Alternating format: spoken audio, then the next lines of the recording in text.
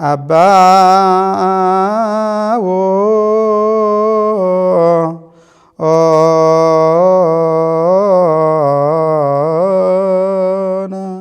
ስትደውልልኝ እኔ ደግሞ ያው ተጽናናሁኝ። ከተጽናናሁ በኋላ ይሄ ስልክ ያስፈልገኛል ብዬ ያስኩት ለሐዘን ማጽናናት ስትደውል እኔ ወደ ፍቅር ለውጫዋል። እንደው ምክንያቴን ሳበዛ ወደ አዲስ አበባም ልገባ ስለሆነ አይመችኝም ምናምንና አሁን እንጋባ ምናምን አልኩኝ። ካልተጋባው ስል እነሱም ሲጨንቃቸው በቃ ቢያንስ ቃል ማሰሪያ ይደረግ ብለው እንደማስታገሻ ማለት እንደማስታገሻ እሱን ሰጡኝ። በርቀት የነበረውን ጭቅጭቅ በአካል ስንገናኝ የመነጋገሩም ተቻለ። እንዲነሽ እንደ መባባል ተጀመረ ማለት ነው። ስትርቅ ብዙ አየር ይገባል። ደብረ ሊባኖስ ላይ ጸበል መሸጥ አይቻልም፣ ግን ጸበል ትሸጡ እንደነበር ሰምተናልና ምንድነው የምናደርገው? ጸበል ብቻ አይደለም የምንሸጠው፣ ውሃም ነው የምንሸጠው። የአምቦን ውሃ ነው የምንሸጠው የነበረው። ከዚሁ ለቁማሩ ይጠቅመናል ነው እንግዲህ ዓላማችን። ስናከፍል እንኳን ቁማር እየተጫወትን ካልሆነ ጾሙን መጾም አንችልም። ከውስጥም ጥላ እንደዚህ ዘቅዝቅ ያጠላው ከውጭም ያጠላ ያቺ ስትጠራቀም ይወጣ ወደፋለው። ያ አልሆኑ ሲል ወደ ማደያው መጣ። ማደያው ላይ መተኛ ጀመረ። በጣም በቃ የሚመረሩበት ነገር ቢኖር ውዳሴ ማርያም አለማድረስ ነው። በ40 ቀን እኮ ድንግል ማርያም ትገኛለች ይላሉ። ውዳሴ ማርያም ላይ በፍጹም መጥፋት የለባቸው። ደግሞ ቅኔ ቤት ስገባ ታች ነው የምትወርደው። ወደ ንባብ ቤት እንደመግባት ነው የሚቆጠረው። ስለዚህ በዛ ምክንያትም ነው ብዙን ጊዜ አሁን ቅኔ የተማረ ደብረ ሊባኖስ ብዙ አይኖር።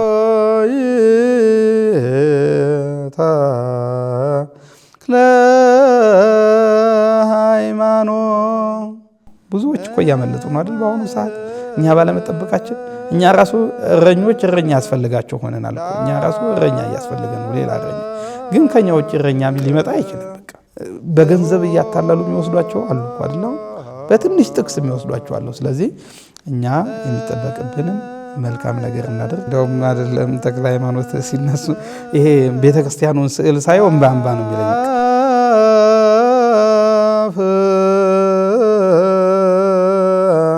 እንደምን አላችሁ ውድ የሚዲያችን የፍኖተ ሕይወት ተከታታዮች፣ ይህ ዘውትር እሁድ ወደ እናንተ የሚደርስላችሁ ዝክረ ሊቃውንት መርሃ ግብራችን ነው። ዛሬም አንድ ታላቅ እንግዳ ይዘንላችሁ ቀርበናል። የታላቁ ደብር የደብረ ሊባኖስ ፍሬዎች መካከል አንዱ ናቸው። ደከመኝ ሰለቸኝ ሳይሉ በሚዲያ ሁላችንም ቃለ እግዚአብሔር የሚያስጠኑ አባት ናቸው።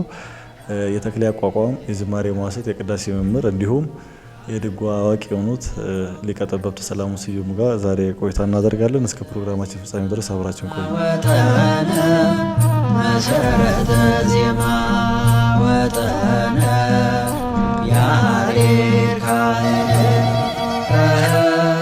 እሺን ተጠሪያችን አክብሮ ስለመጡ ከልብ እናመሰግናለን። ዛሬ እንግዲህ እስቲ ስለ ደብረ ሊባኖስ ስለ ታላቁ ገዳማችን የአብነት ቆይታውን ምን እንደሚመስልና እርሶም እንዴት እንደተማሩ እዚህ ደረጃ እንዴት እንደደረሱ በሰፊው ተሞክሮትን ሊያካፍሉን ነው የጠራኑትና እስቲ ከዚህ በፊት ግን መጀመሪያ እናትና አባት ይቀድማልና እስቲ እናትና አባቶት ምን ይመስላል? ከጉባኤ በፊት የነበሩት አስተዳደግ ምን እንደሚመስል የመጀመሪያው ጥያቄ ላድርግ። የተወለድኩት እዛው ደብረ ሊባኖስ ፍኖተ ጽድቅ የምትባለው አካባቢ ነው። መግቢያው ላይ ማለት ነው። ወደ ደብረ ሊባኖስ ከተማ አለ። እዛ ፍኖተ ጽድቅ ወይም ውሻ ገደል ትባል ነበር በፊት። እና እናትና አባቴ ትምህርት ብዙ ሞክሯል፣ ግን ትምህርት አልሆነለትም። የቤተክርስቲያኑም ትምህርት የዘመናዊም ትምህርት አልተሳካለትም። ያው በወቅቱ በመሰረቱ የነበረው መንፈሳዊ ትምህርት ነው። መንፈሳዊ ትምህርት ግን አልተሳካለትም። ያው እንቅልፍ ይለዋል ጉባኤ ቤት ሲገባ ማለት ነው። ንባብ ነው የጀመረው፣ እንቅልፍ ነው የሚለው፣ ስራ ነው የሚሆንለት። ምናልባት ስሙን አላስታወቁ። ስሙን ታውቀዋለህ ብዬ ነው።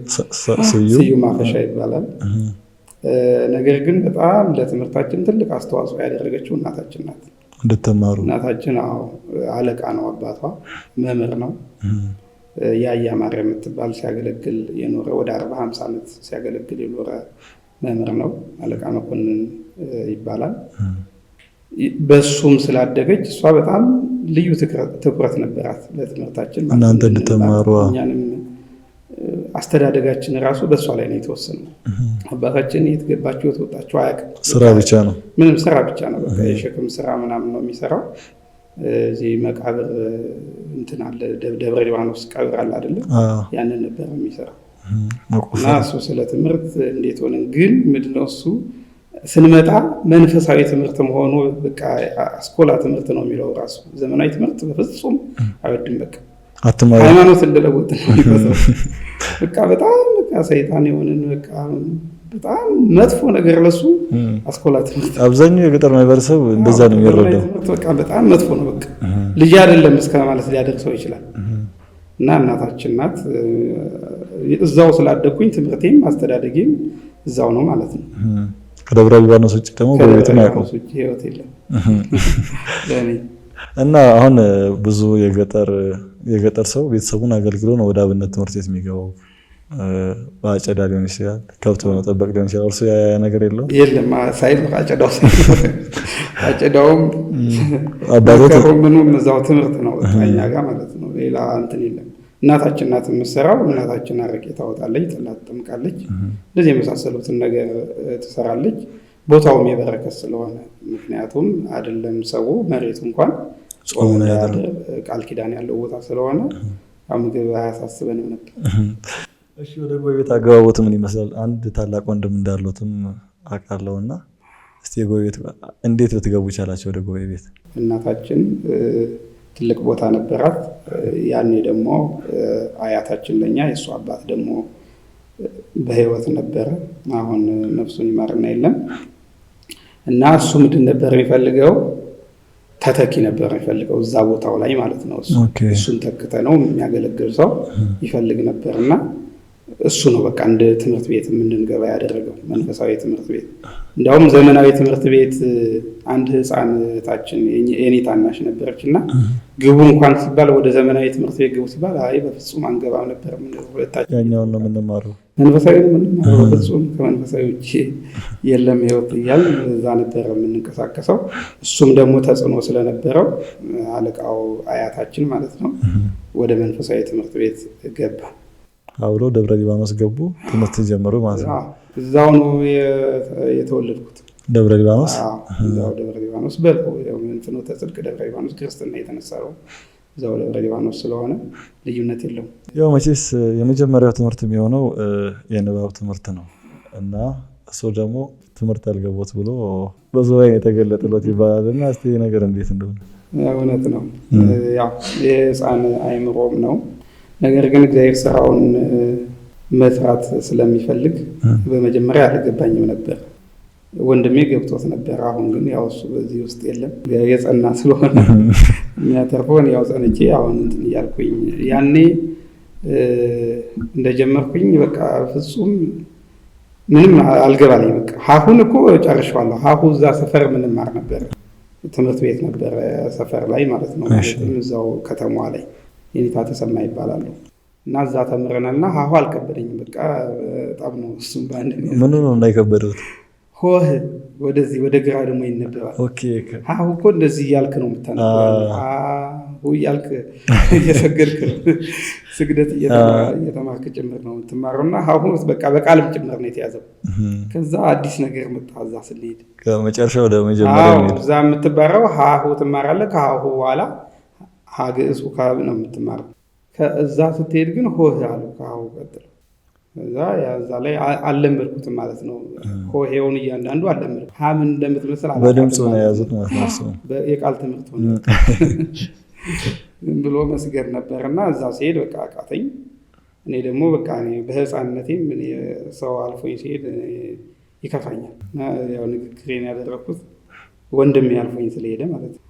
ከድንግል ማርያም ጋር ንግግር በሰዓቱ ግን እንዴት መጣሉት? እኔ አላውቅም እንደሆነ አላውቅም፣ ግን ቁጭ ብዬ አስታውሳለሁ። የተቀመጥኩበትን ቦታ ውስጥ ነበር።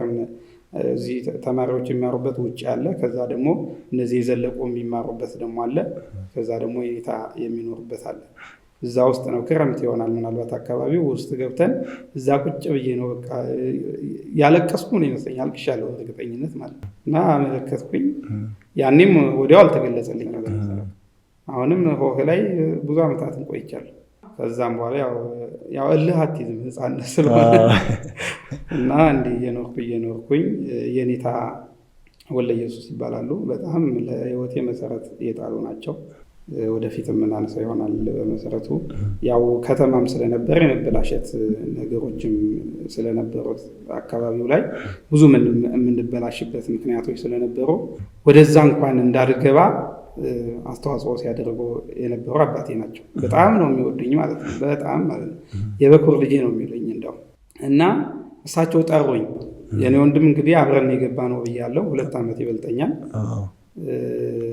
እሱ ዳዊት ያስተምራል 2 ይዘልቁ ማለት ነው። እኔ ገና እዛው ሆህ ላይ ነኝ ማለት ነው።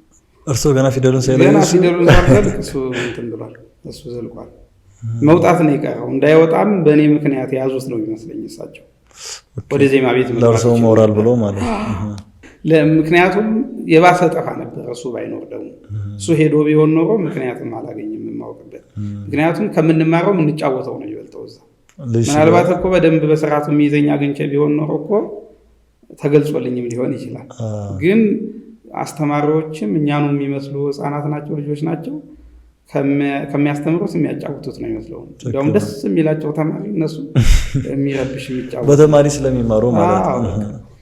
እና ጠሩኝ የሆነ ሰዓት አንተ ወንድም እዚህ ደርሶ ዳዊት እያስተማረ አብራችሁ ገብታችሁ ምናምን ብለው በደንብ በቃ በቁጣ ጭምር ነገሩኝ። ከአሁን በኋላ ከሱ ስር ትርቅን ብለው እሱ ጋር ሄጄ እንድማር አደረጉኝ። ገና በቃ በመጀመሪያ እሱ ጋር ተቀመጥኩኝ። መፈተን ብቻ ነው። ከዛም በኋላ የትምህርት ጊዜ እንጨርሻለሁ። ፈተና መመላለስ ብቻ ነው። እሳቸው ጋር ዝም ብዬ መመላለስ ሆነ። በቃ ወዲያው ወደ ውስጥ ማንበብ ጀመርኩኝ። ማለት ውስጥ እንዳለም ዳዊትም በቃ አንዴ ጨርሶ ነው ወደ ውስጥ የሚነበበው። እኔ ግን እሱ ዳዊት 2 ከዘለቀ በኋላ ወንጌል ታነባለ። ወንጌል ነው የሚነበበው። ያኔ ወንጌል እያነበበ እኔ ገና ዳዊትም አልገባውም። እሱ ጋር ሄደ ወንጌል አንብባለሁ። እሱ እንዲያስጠናኝ ማለት ነው በደንብ ቀለሙን እንድለይ። ከዛ ቁጭ ብዬ ሌላው አርጋኖን ምናምን ተአምረ ማርያም የሚያነባለ እኔ ወንጌል አነበብኩኝ። ያው እንግዲህ እግዚአብሔር ወንጌሉ ላይ ይገልጽልኝ ፈልጎ ነው። እና እዛ ቁጭ ብዬ የተማርን እሱም እያስተማረኝ እያለ ፈተና ጀመሩ የኔታ ማለት ነው። እንደዚህ ዙሪያውን ነው የሚፈትኑት። የኔ አስተማሪዎች አሉ በፊት የሚያስተምሩኝ የነበሩ፣ እነሱን ፈተኑ፣ አለፉ። ያው ሁሉን የሚፈትኑት በኋላ ዳዊት ለማስገባት አርጋኖን የሚማረውን አርጋኖን ተምሮ ነው ወደዛ የሚገባው ማለት ነው፣ ወደ ዳዊት የሚገባው። እኔ ግን ወንጌል አንብቤ ነው ወደ ወሬት የተመለስኩት ከአዲስ ነው። ስለዚህ እየፈተኑ እያለ እኔንም ጠየቁኝ። ሲጠይቁኝ ገና ከመምጣታቸው በፊት ያቺን መስመር 2ቷንም ገጽ አስጠናኝ። ወንድሞት ይህን አንብባለኝና በደንብ አነበብኩኝ። እሷን ሲመጡ በቃ ጊዜ የማልሰጠኋቸው ለየተብሎ ወደ ዳዊት ከዛ አለፋሉኝ። እነዛኛዎቹ አላለፉም። በቃ አለቀሱ እነሱ። እኔ ወደ ማርያም አልቅሻለሁ፣ እነሱ ደግሞ መጀመሪያ ለማልቀሳቸው ነው። ያው እነሱም አለቀሱ፣ እኔም ገባሁኝ። በቃ በዚህ ተለያየን። ከዛ እንደዛ እየተማርን እሱም እያስተማረኝ ቀጠልና ያው እኔም ዳዊት ጨረስኩኝ። ዳዊት ከጨረስኩ በኋላ ደግሞ ወደሱ ዞርኩኝ። በቃ ከሱም በላይ ሆንኩ ማለት ነው። እኔ በቃሌም ጭምር ይዤዋለሁ። ዳዊት ይጠይቃሉ፣ ምስባክ ይጠይቃሉ። ምን ላይ ነው የሚገኘው? ምዕራፉን ይጠይቃሉ። እኔ ዘልቄ ነው ዘልቀውና ምንድነው የማደርገው? እሳቸው ወዲያው እዛች የደረስኩ ነው የሚመስላቸው። እኔ ግን ወተቃወም የት ላይ ነው ካሉኝ ጎሳን ዘልቀዋለሁ። ጎሳን ዘልቄ ስሻገር የት ላይ እንደሆነ አውቀዋለሁ። ዝም ብዬ በውስጥ ዘልቀዋለሁ። ዝም ብዬ ጨርሰዋለሁ። ከጨረስኩት በኋላ ወደ አምላከ ነፍስ ከተሻገርኩኝ ጎሳ ላይ ነው ያለሁት ማለት ነው ብዬ ነግራቸው ጎሳ ላይ ነው እላቸዋለሁ። በቃ እዛ እየዘለልኩ ምናምን ነው የምዘልቀው።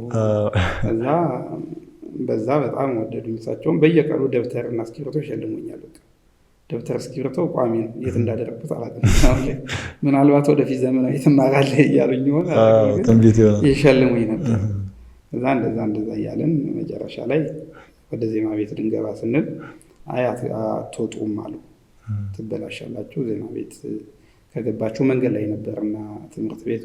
አይ ወደ ዜማ ቤት አልፈቅድላችሁም አሉ። ህፃናቶች ስለነበርን ትበላሻላችሁ፣ በፍጹም አይሆንም አሉ። ስለዚህ የሚያስፈቅድልን ሰው ፈለግን። አባታችን እንዳንልከው እውቀቱም የለውም። በቃ አንተማመንበትም በጥቅሉ ማለት ነው። እንዴት አሳማኝ ነገር ተናግሮ ከዛ ትምህርት ቤት ያስወጣናል ብለን ሌላ ሰው እየፈለግን ነው። ሌላ ሰው በቃ አለመቻቻለ አጣን እንግዲህ ምን እናደርጋለን ብሎ እሱ አብሮን ሄደ። ሲሄድ ከተጠበቀው በላይ ሆነ። ሲናገር የጠበቅነው አይደለም። በቃ እኔ ችግር የለውም እዛው ነው የምሰራው፣ ጠዋት ማታ አጠባበቃቸዋለሁ፣ ፍቀዱልኝ ፍቀዱልኛል። ወደዚህ ቤት ከመሄዳችን በፊት ግን ንባብ ቤት ስንት ዓመት ቆዩ? ይህን ጥያቄ ላነሳበት የቻልኩ ምክንያት ደብረ ሊባኖስ መምህራን በጣም ለየት የሚያደርጋቸው ንባብ ላይ በጣም ጎበዞች ናቸው እና አሁን እንደነገሩኝ ታምረ ማርያም ያነባል አሉኝ። አርጋኑን አንብበው ብዙ መጽሐፍትን አንብበው ነው ወደ ዳዊት እንኳን የሚገቡትና ይሄ ስለሚሆን ስንት ዓመት ንባብ ቤት ላይ ቆዩ? ያው በጥቅሉ አላውቀውም ምን ያህል እንደቆየው። ዝም ብዬ ብቻ ግን ዜማ ቤት ምን ያህል ቆየው ምናምን ብዬ ስመለስ ነው ካለኝ እድሜ አንጻር አይቼ የማየው እንጂ እኔ በጣም ብዙ ዓመት የቆየው ነው ይመስለኝ።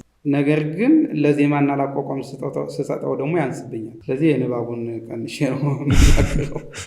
ይህን ያህል ማለት አልችልም። 4-5 ዓመት ቆይቻለሁ ብዬ እኔ በጣም እንደቆየው ነው የሚገባኝ። ግን ዜማ ቤት የቆየሁበትና አቋቋም ቤት የቆየሁበትን ስደምረው ደግሞ የንባቡ ስለሚያንስብኝ ከእድሜ አንጻር የማቱሳላ እንዳይሆን ስለዚህ 1-5 ዓመት ቆይቻለሁ ብዬ አስባለሁ። የደብረ ሊባኖስ መምህራንስ እንደዚህ ዜማ ላይ ሁሉም አንባቢ ናቸው። ከደብረ ሊባኖስ የወጣ ከሚታወቁበት ነገር አንዱ ንባባቸው ነው። ይህስ ምንድን ነው? ማለት ነው ያለ ቅኔ ነው ራሱ ንባብ የምናነበው ማለት ነው። ቅኔ ሳናውቅ ለንባብ ቅኔ ማወቅ በጣም ከምንም በላይ አስፈላጊ ነው። ምክንያቱም ማን ምንድን ነው የሚለውን ዘር ነው፣ ተነሺ ነው፣ ለብዙ ነው፣ ለሴት ነው፣ ለወንድ ነው የሚለውን የሚያስለይ እሱ ነው። የደብረ ሊባኖስ ተማሪ ግን ከቅኔ በላይ ቅኔ ከሚያውቀው በላይ ያነባል። በቃ በጣም በርቀት እዚህ ጋር ሆኖ እዛ ወዲያ ማንበብ ይችላል ማለት ነው። ይሄ ለምን ሆነ ሲባል በመጀመሪያ ደብረ ሊባኖስ የሁሉም መገኛ ነው።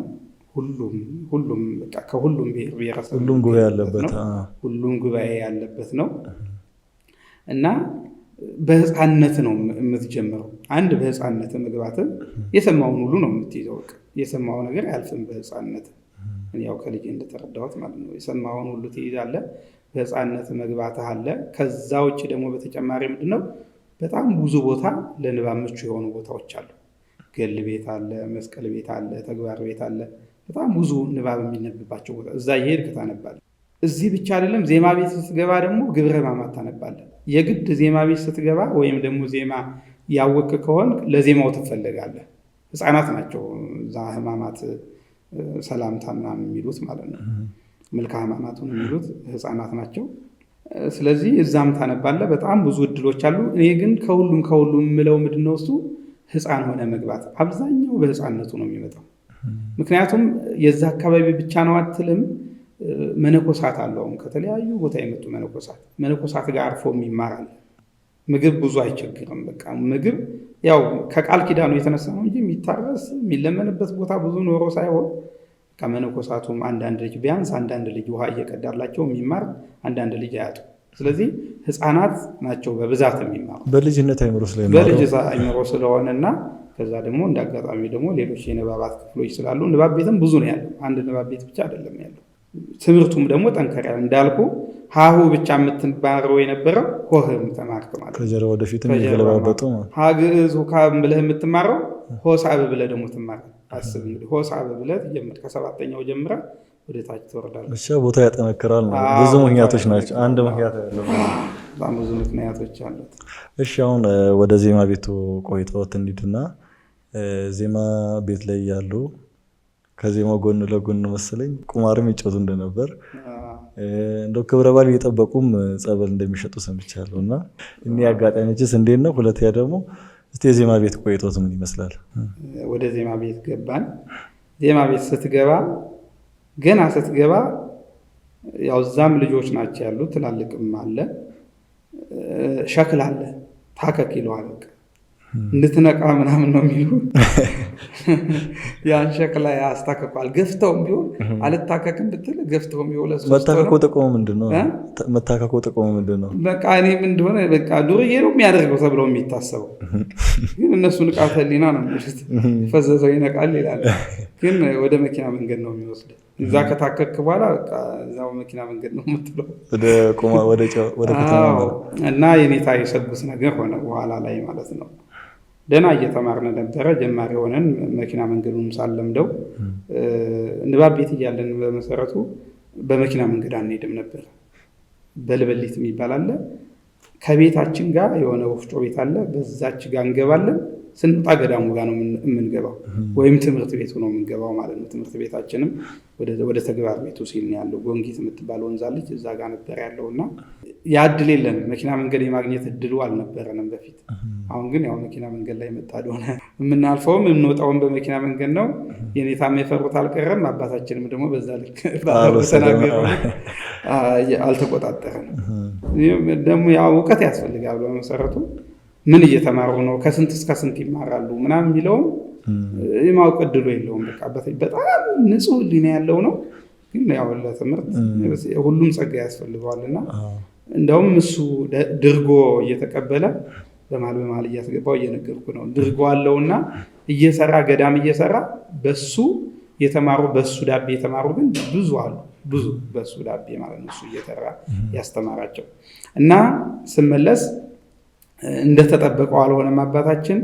እኛም ጊዜውም ስለነበረ እንደዚህ ጆተኒ መጣ እዛው ከተማው ላይ ማለት ነው። ስንወርድ ስንወጣ እንመለከታለን። ካርታ አለ። ምናልባት አንተ አታውቀው ይሆናል። አውቃቸዋለሁ እንዴ ጆተኒና ካርታ አንተም ተጫውተሃል። ብይ የሚባል አለ። በቃ እነዚህ ቆርኪ አለ። ቆርኪ በእንትን ነበር የምንሞላው፣ በቃ የሆነ በሳፋ ነገር የሆነ የወተት ማለቢያ ደግሞ ነበር። በሱም ራሱን ሞላው ነበር። ቆርኪ አንድ ከነካውበት መስሎኝ በቃ ጦርነት ነው የሚከፍተው። ለቆርኪ ያለው ቦታ የተለየ ነበርና በቃ ወደ ቁማር መኪና መንገድ ላይ መሆኑ ትምህርት ቤቱ። እኛም ስንወጣም ስንወርድም መኪና መንገድ ላይ ነበርና እነሱም ደግሞ ያው ቢዝነስ አይደለ እንግዲህ ቁማርም ቢሆን ቢዝነስ መኪና መንገድ ላይ አምጥተው ነው የሚያስቀምጡት። እንትን መኪና መንገድ ላይ ያስቀምጡታል። ይቺ ነገርማ ትንከባለላለች ይላል። እኛም ወደዛ መንከባለል ጀመርን። በዛ ምክንያት በቃ ወደ ቁማሩ ገባን። ይገርምሃል፣ ስናከፍል እንኳን ቁማር እየተጫወትን ካልሆነ ጾሙን መጾም አንችልም። እኔ ግን አሁን ለምሳሌ ንባብ ቤት እያላችሁ መምህሩ በዛ ልክ ሰጉና ላኳችሁ። የዜማ ቤት መምህሩ መራዊ እሳቸው ቁጥጥር ያደረገው ነበር ማለት ነው? ቁጥጥር አልነበረው ማለት ነው ዜማ ትምህርት ቤቱ? ዜማ ትምህርት ቤቱ ብዙ ተማሪ ነው ያለው። ንባብም ያስተምራሉ በዛው አሁ ምናምን ሴቶች ይማራሉ። ያው ገዳም ወደ ላይ እያንዳንዱ ንባብ ቤት ውስጥ ሴቶች አይገቡም ነበርና ወይም ሴቶች የማይማሩ ነበርና እዛ ብቻ ነበር ሴቶች የሚማሩት። ውስጥ ድጓ ያስተምራሉ። የውጭው ላይ በቃ አንዳንዴ መተው ነው የሚቆጣጠሩት። እሳቸው ውስጥ ነው የሚያስተምሩት። እንደዚህ ክላስ አለ፣ ከዛ ውጭ ነው ትምህርት ቤቱ። ስለዚህ የመውጣት እድል አለ። በጣም ክፍት ነው፣ መመላለስ ነው። ከተማሪው ብዛት የተነሳ ቁጥጥሩ አነስተኛ እንትን አለቆች ምናምን አሉ። ግን በቃ እንደምንም ቢሆን እሳቸውም እኮ ይታገላሉ። በእግር ብረት እኮ አስረውን ያውቃሉ። እኔ በመሰረቱ እድል የሆኑ ታስሬ አላውቅም፣ ግን ወንድሜን አስረውታል። እንዲያውም ዳዊትም ይባላል እዚህ ቦሌ ዲያቆን ነው። ሁለቱን አንድ ጋር አሰሯቸው። አንድ እግሩን የኔን ወንድም፣ አንድ እግሩን ደግሞ ዳዊት አሰሯቸው። ያችኛዋ ቀጭና ትንሽ ነው ልጁ፣ ቀጠን ያለም ነው። እያሾለከ ቤቱ ሄዶ ዳቦውን በልቶ ለእሱም ይዞለት ይመጣል እና ይታገላሉ። እሳቸውም ያው ግን ሸምገል ያሉ ናቸው። ያው ሁሌም ያው ናቸው። ያረጁ አይመስልም። ግን በእኛ ጊዜ ራሱ 80 ውስጥ ምናምን ገብተዋል። 80 70 ምናምን እንደዚህ አካባቢ ናቸው እና አርጅተዋል። ያም ተጽዕኖ አለው። አንድም ደግሞ ውስጥ እያለ ይከታተለው እንጂ ስትወጣ ደግሞ እንዴት ያገኘዋል? እኛ እኮ ከተማ ነው እየሄድን ያለን። ምን ብዬ ነው የጠበቅኩት? ትምህርቱ ቢዚ ካደረጉት ቅጽል አለ፣ የወንበሩ ሰዓት አለ። ምነው ቀን ትማራለህ፣ እስከ 9 ነው የምትማረው። ማታ ደግሞ ውዳሴ ማርያም ከተደረሰ በኋላ እስከ 5 ምናምን ልትቆይ ትችላለህ። እሱ አለ፣ እውነት ነው ቢዚ ሊያደርግ ቅጸላ ምናምን፣ ግን ብዙ እንትን አይደለም። ይህን ያለ እንደ ሌላው ሀገር ሌሊት ተነስተህ ተቀጽለ በቃ ማስተዋሉም ስለሌለ ልጅነትም ስላለ እነሱም አይጫኑም። የልጅ አይምሮም ስለሆነ እንዳሰለችም እንደሌላውም ደግሞ በጣም ሌሊት በቃ አስቀጻይ ምናምን ታግለ እንትን የለም። በገጸ በረከት ነው እግዚአብሔር በረዳህ ልክ ነው እንትን የምትለው። ግን ከዛ በላይ እኛ ምንድን ነው እሱ የምናደርገው? ከቤት እኮ ትምህርት ቤት ብለን ነው የምንወጣው። ነገር ግን ትምህርት ቤት ላንሄድ እንችላለን። ደግሞ ፊልም ምናምን ተጀምሮ ነበር በወቅቱ። ጫጋል የሚባል ቦታ ወደዛ እየወጣ እናያለን። እንደዚህ እንወርድና በጫካ ደግሞ ወደ ላይ እንወጣለን። ያው ሌብነት ነው። በወቅቱ እኮ ብዙ ሊያስከስስና ሊያስመታ ብዙ ሊያደርስብህ ይችላል። አሁን ላይ ግን ታሪክ አድርገህ ስታወራው ማለፉ አሁን ላይ እንድትጠነቀቅ ያደርጋል፣ ጊዜ እንዳታባክን። እኔ አቋቋም ቤት ከገባሁ በኋላ ምንም አይነት የባከነ ጊዜ አልነበረኝም። ያንን ያደረገ ስላለፍኩበት ነው። እና ዜማ ቤት ገባን፣ ዶሮ የሆንን መስፍንም አንድ ዘመን ዘልቆ ወደ ሁለተኛ ዘመን ሲሄድ አቆመ። ድጎም ማለት ድጎም አቆመ። እኔ ደግሞ በቃ እንጂ ያስኩትን ነገር ሳልጨርስ ብዙ እንትን ማለት የለኝም። ያው እንዴት እንደሆነ አላውቅም፣ ግን ይህን ያላስቤበት ይጠቅመኛል ምናምን ብዬ ባይሆንም ግን ያስኩትን ነገር ቁማር እየተጫወትኩ ራሱ ሳልቀጽል አልሄድም ወደ ቁማሩ። ያችን ቀጽዬ በደንብ እንትን ካልኩ በኋላ ቁማሩ ላይ ሆኜ ራሱ አሰላስላለሁ። ያ ነው አሁን አቋቋም ቤት ስገባ እንትን ያለኝ ጀመር መጥፋት ጀመረ ትምህርቱ ራሱ ተምሬው። እዛ ደግሞ እንትኑ ጋር ሲሄድ ሳስታውሰው ጠፍቷል። እንዲህ ከሆነማ እንዛለቅም ብዬ ነው የተውኩትም ራሱ እንትኑ እና ዜማ ቤት መኪና መንገድ በመሆኑና አባታችንም ባለው ልክ ስላልተገኘ አሁን ሱስ ነው ደግሞ ይታወቃል። በልጅነት አይምሮ ነውና ከዚህ ነገር ምን መለሱት? ያው ነው በቃ አሁን አቋቋም ቤት ስገባ ነው በቃ በጥቅሉ የመለሰኝ። በጣም ደክመ ነው አቋቋም ቤት ስገባ ሲጀመር በጣም ያደክማል። አቋቋም ገና ሀሌ ስትል በቃ ስትወዘወዝ ስለሆነ ድክምክም ነው። በዚህ ላይ በቃ ተክሌም ነው ተክሌ በራሱ ይከብዳል። በቃ ከብዶ ሌሊት ተነስተህ ልጅ ነን ያኔ አቋቋም ቤት ስገባ እኔ 14-15 ዓመቴ ነው እና ይህን ያህል ብዙ የምታስተውለበት አይደለም። ነገር ግን ሌሊት ተነስተ ነው የምቀጽለው። 4-5 ወንበርተኞች ሆነን የገባ ነው እና አንድ ትልቅ አለ። እሱ በቃ ጎትጉቶ አብሶ መስፍን አይነሳም ገብቶ ነበር ጠብቆኝ ማለት ነው። እስከዘልቅ ጠበቀ። ድጓን ሲጨርሱ አብረናቸው ገብተን ነበር። ግን እሱ መነሳት አይፈልግም። በቃ ሌሊት መነሳት ሌሊት ተነስተ ቀጽለ በጣም ደክመ እንደገና ደግሞ ቁማር ሄደ ስታጠፋው በጣም ይከብዳል። ከዛ እኔ እንጃ እንዴትም እንደተውኩት ባላውቅም ግን በጣም ብዙ መሀላ መለናል እኮ ለመተው ተገዝተን ማለት ነው። እንዲህማ በቃ ስንቴ በሩን ዘግተን በር ጠባቂኛል እያለ እኛ ነበር ምንዘጋላቸው እና ያን ሁሉ አድርገን አልተሳካም ነበር በወቅቱ። ግን አቋቋም ቤት ስገባ ያው እግዚአብሔር ጊዜ ያለው ለሁሉም ማለት ነው።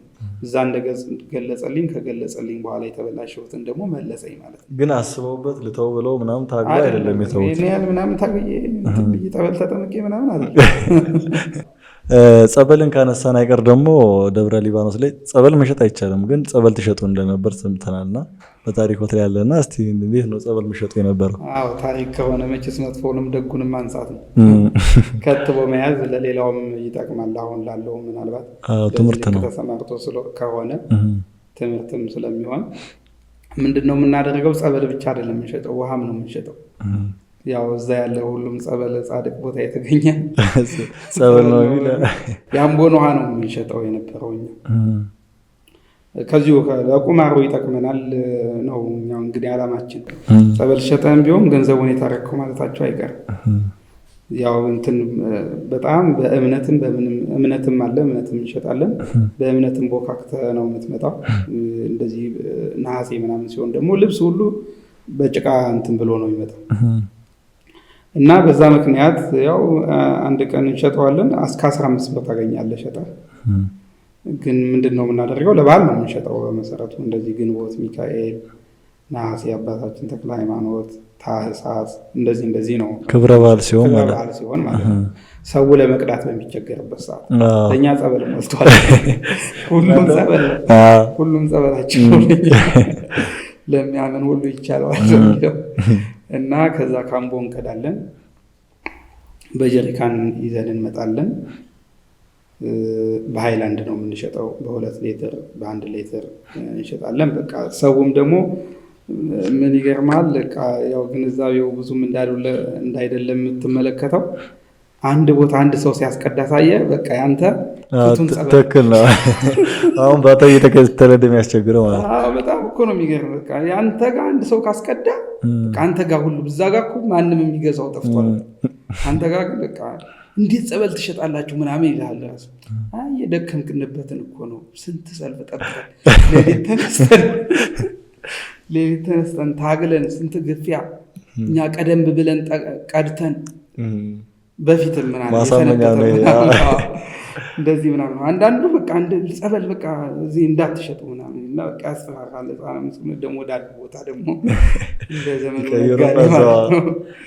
እንደዛ እያደረግን እንሸጥ ነበረ። ሸጠንም ደግሞ አንጠቀምበት። ያው ቁማር ነው የምንጫወትበት። ድብ የሚባል አለ፣ ካርታ የሚባል አለ። በዛ ያው ጊዜ ከመፍጀት ውጭ የምንጠቀመው ጥቅም አልነበረ። ብናገለግል ነበረ የሚሻለው።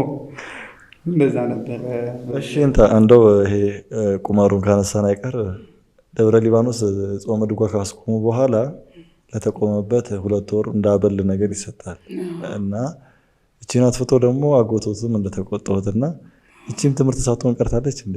አዎ ከሱ ጋር ተያይዞም ያው ባነሳው እንትን አይደለም ይሰጣሉ፣ የኔታም ይሰጣሉ። እዛም ከቆምንበት ደግሞ የጾመ ድጓ ተብሎ ይሰጣል። ቀንዲል ያስገቡሃል። ጾመ ድጓ ሲቆም ቀንዲል ይደገማልና እዛም ያስገቡና እሱንም ይሰጡሃል። በተጨማሪ ደግሞ መጨረሻ ላይ ብር ይሰጣሉ። 20 እንደዚህ እስከ 20 ብር ነው የሚሰጠው። ያንን ተቀበል ለፋሲካ ይመጣሉ አጎቶቻችን ከአዲስ አበባ እንደዚህ ሰርተው ተቀብለው ነበረ። የት እንዳደረሱት አላቅም አለች እናታችን። ትጠይቃለች። እዛ ሰፈር ያው ምርጌቶች አሉ፣ ትላልቅ አባቶች አሉ። ብር እንደተሰጠን ይታወቃል። ከዛም በኋላ የት አደረጋችሁታል? በጣም ነው የምንፈራው። በቃ የሁሉም የእናታችንም ታላቅ ነው፣ ተፈራ ይባላል። በጣም ነው የምንፈራው። በቃ አዎ በቃ በጣም ነው የምንፈራው። አምጡ አለ። በቃ ወንድሜ ምን አለ? አይ ጋሽ ግዛው ጋ ነው መርጌታ ግዛው ይባላል፣ አሁን አርፈዋል። እና እሳቸው ጋ ነው ያስቀመጥነው፣ አልሰጡንም ገና ምናምን አለ። በቃ ኑን እንሂድ፣ አብረን እንሂድ። እሺ እንሂድ ብሎ ይዞ ሄደ። ይቀራል ብሎ እኮ ነው እሱ በቃ እንሂድ አለ። ሲጠየቅ የለም በቃ ጠፍቷል። በቃ በጣም ተናደደ። እኛ ልንፈራዋለን እንጂ መጥቶን አያውቅም ነበር በፊት። በኋላ ግን 2 እጃችንን አዘረጋን። በዚህም ድንጋይ ያስቀመጠ በንብርክ ሄዶ ነው። በቃ ድንጋዩ ዝቅ ሲል ያቀምሳል። ዝቅ ካለ መጣል እኮ ትልቅ ነገር ነው። ዝቅ ካለ ራሱ ትቀምሳለህ። በቃ እንደዛ እያደረገን በመሀል መስፍን ምን አደረገ? አየ እንደዚህ ያለና እልም አለ። በቃ ኃይሌ ራሱ የሚቀድሞ አይመስለኝም። ሩጫውን ለቀቀውና ሄደ፣ ወጣ። በቃ ደነገጠ። ተፈራ አጎታችን ራሱ ወይኔ የት ሄዶ ይሆን ይጠፋ ይሆን ወይ ምናምን በቃ ያው በጣም ለክሶ ስለነበረ ጠፍቶ ይሆን እንዴ ምናምን ብሎ ሂድስቴ የዋለኝ። እኔም በሱ ምክንያት ሰላማዊ ተላቀኩ ማለት ነው። ከዛ ነገር በሰላማዊ መንገድ እንደሱ ሳልሮጥ ደግሜ መግባት ይችላለሁ። እሱ ሂድና የዋለኝ ሄጄ ፈለግ ሳረግ የት ባገኘው ጥሩ ነው። ጆተኔው ጋር ተቀም 20 ብሩን ያጣበት ጋር ሄዶ ቁጭ ብሎ እንግዲህ ምናልባት ዳኛ ሆኖ ሊያጠራቅም ይሆን። ዳኛ ከሆንክ ይሰጣል። ሲበሉ ትቆርጣለህ። ሲያሸንፉ እንግዲህ በዛ መልሳለሁ ብሎ አስቦ ይሆን እንጃ። እና ሄዶ እዛ ተቀምጦ ነበረ። ገዛ ጠራዎት መጣ። ይህን ይመስል ነበር። ማንኛውም ከተመለስን በኋላ መቼስ ድጋሚ አትቀጣም። ተቀላቀል። ግን ከአብይ ጾም ጋር ተገናኝቶ ከዚህ ከአበል ጋር ተገናኝቶ ምን ሆነ መሰለህ? እኔ ህማማትም አገለግላለሁ። ህማማት ስታገለግል 6 ሰዓት ትነሳለህ። ሌሊት 6 ሰዓት 5-6 ሰዓት ነው የምትነሳው። እላኛው ቤተክርስቲያን ነው አገልግሎቱ የሚፈጸመው፣ ምድር ቤት ሳይሆን ከላይ ነውና 6 ሰዓት ወይ 5 ሰዓት ትነሳለህ። 12 ሰዓት ነው ወደ ቤት የምገባው። 12 ሰዓት ቤት ደርሰ እኔ ውሻ ገደል ደግሞ ደርሼ በልቼ እስክመለስ 3 ሰዓት 4 ሰዓት ይሆናል። እንዲህ ነው በቃ ሰርክሉ የሚሄደው ማለት ነው። ትሄዳለህ በቃ ከአገልግሎት ውጭ የለም። ሳምንቱን አገልግሎት ብቻ ነው በቃ። እኔ ደግሞ ቶሎ እንድገኝ ይፈልጋሉ፣ አቡኑን ምናምን እንድንል ማለት ነው። ዳዊት እንሰጣለን። አንዳንድ ፍሬ ነው ዳዊት የምንሰጠው ብዙ ሰው ስላለ። እንደዛ ስለነበረ በቃ አዞረኝ የሆነ ሰዓት። ጳጳሱም ነበሩ አባታችን አቡነ ቀውስጦስ ማለት ነው። እና ያዩኛል። ብዙ ጊዜ ሳገለግል ያዩኛል። ያኔ እንዲህ አሽከረክረኝ በቃ እነሱን ራሱ ይሄ ከበሮ እየመታ የሚያሽከረክር የለም እንደዛ በቃ አዳረስኳቸው። ምን ሆኖ ነው አሉ እሳቸው ራሱ። ኧረ ምንም አልሆነም እንግዲህ እንቅልፉ ይሆናል ምናምን አሉ አባቶች እንጂ ምንም እስከዛሬ ምንም አሞት አያውቅም። እውነትም አሞኝም አያውቅም። እና ምናልባት ከዘጋኝ ነው እንጂ ድምፄን አሞኝ አያውቅም። ምንም አልሆነም ምናምን አሉ። ከዛ አቡነ ቀውስጦስ የሻይ ብለው የሆነ ብር ሰጡኝ። ትንሽ ብር ናት፣ ያው በረከቱ ነው የሚታየው። የሆነ 3 ብር ነው ምናምን የሰጡኝ። ዋናው በረከቱ ነው የሚታየው፣ አባትነታቸውም ስላለ ማለት ነው። ያችን ተቀበልኩኝ። የኔታ ደግሞ አብይ ጾም ያገለገለ ይሰጣሉ ብዬ ያለው ይሰጣሉ። 20 ብር 30 ብር ካነሳ 10 ብር ይሰጣሉ። እሳቸው አይተውኛል። የዜማ መምራችን ማለት ነው አቡነ የኔታ መራዊ። ያችን አዩ። አሁን እንዳይሰጡኝ ከጳጳስ ተቀብያለሁ። ትልቅ ብር ነው የሚሆነው ደግሞ ከጳጳስ። ከዛም በኋላ በቃ ከለከሉኝ። ከዛ የሆነ ሰዓት አነሱና እኔ እኮ ለእንትንም ያልሰጠውህ አቡነ ቀውስጦስ ብር ሰጥተዋል ብዬ ነው ምናምን አሉኝ። እኔ ደግሞ እንዴት አልሰጡኝም ምናምን ብዬ ሲቆጨኝ ነበረ። እነሱልኝ እንዴ ብዬ አዎ ሰጥተውኛል፣ ግን 3 ብር ነው የሰጡኝ። ውይ እኔም እንዳልሰጥህ ሆንክ ምናምን ብለው ዋናው በረከቱ ነው ምናምን ብለው እንትን አበረታቱኝ። እሺ አቋቋም ቤት ቆይተውትን እያየን ነበር ያቆምነውና እስቲ አቋቋም ቤት ቆይተው ምን ይመስላል?